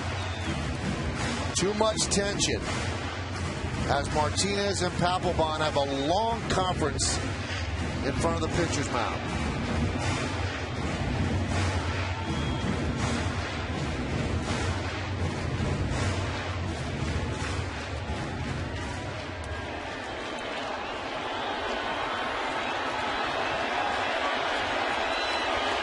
Yankees down by 2.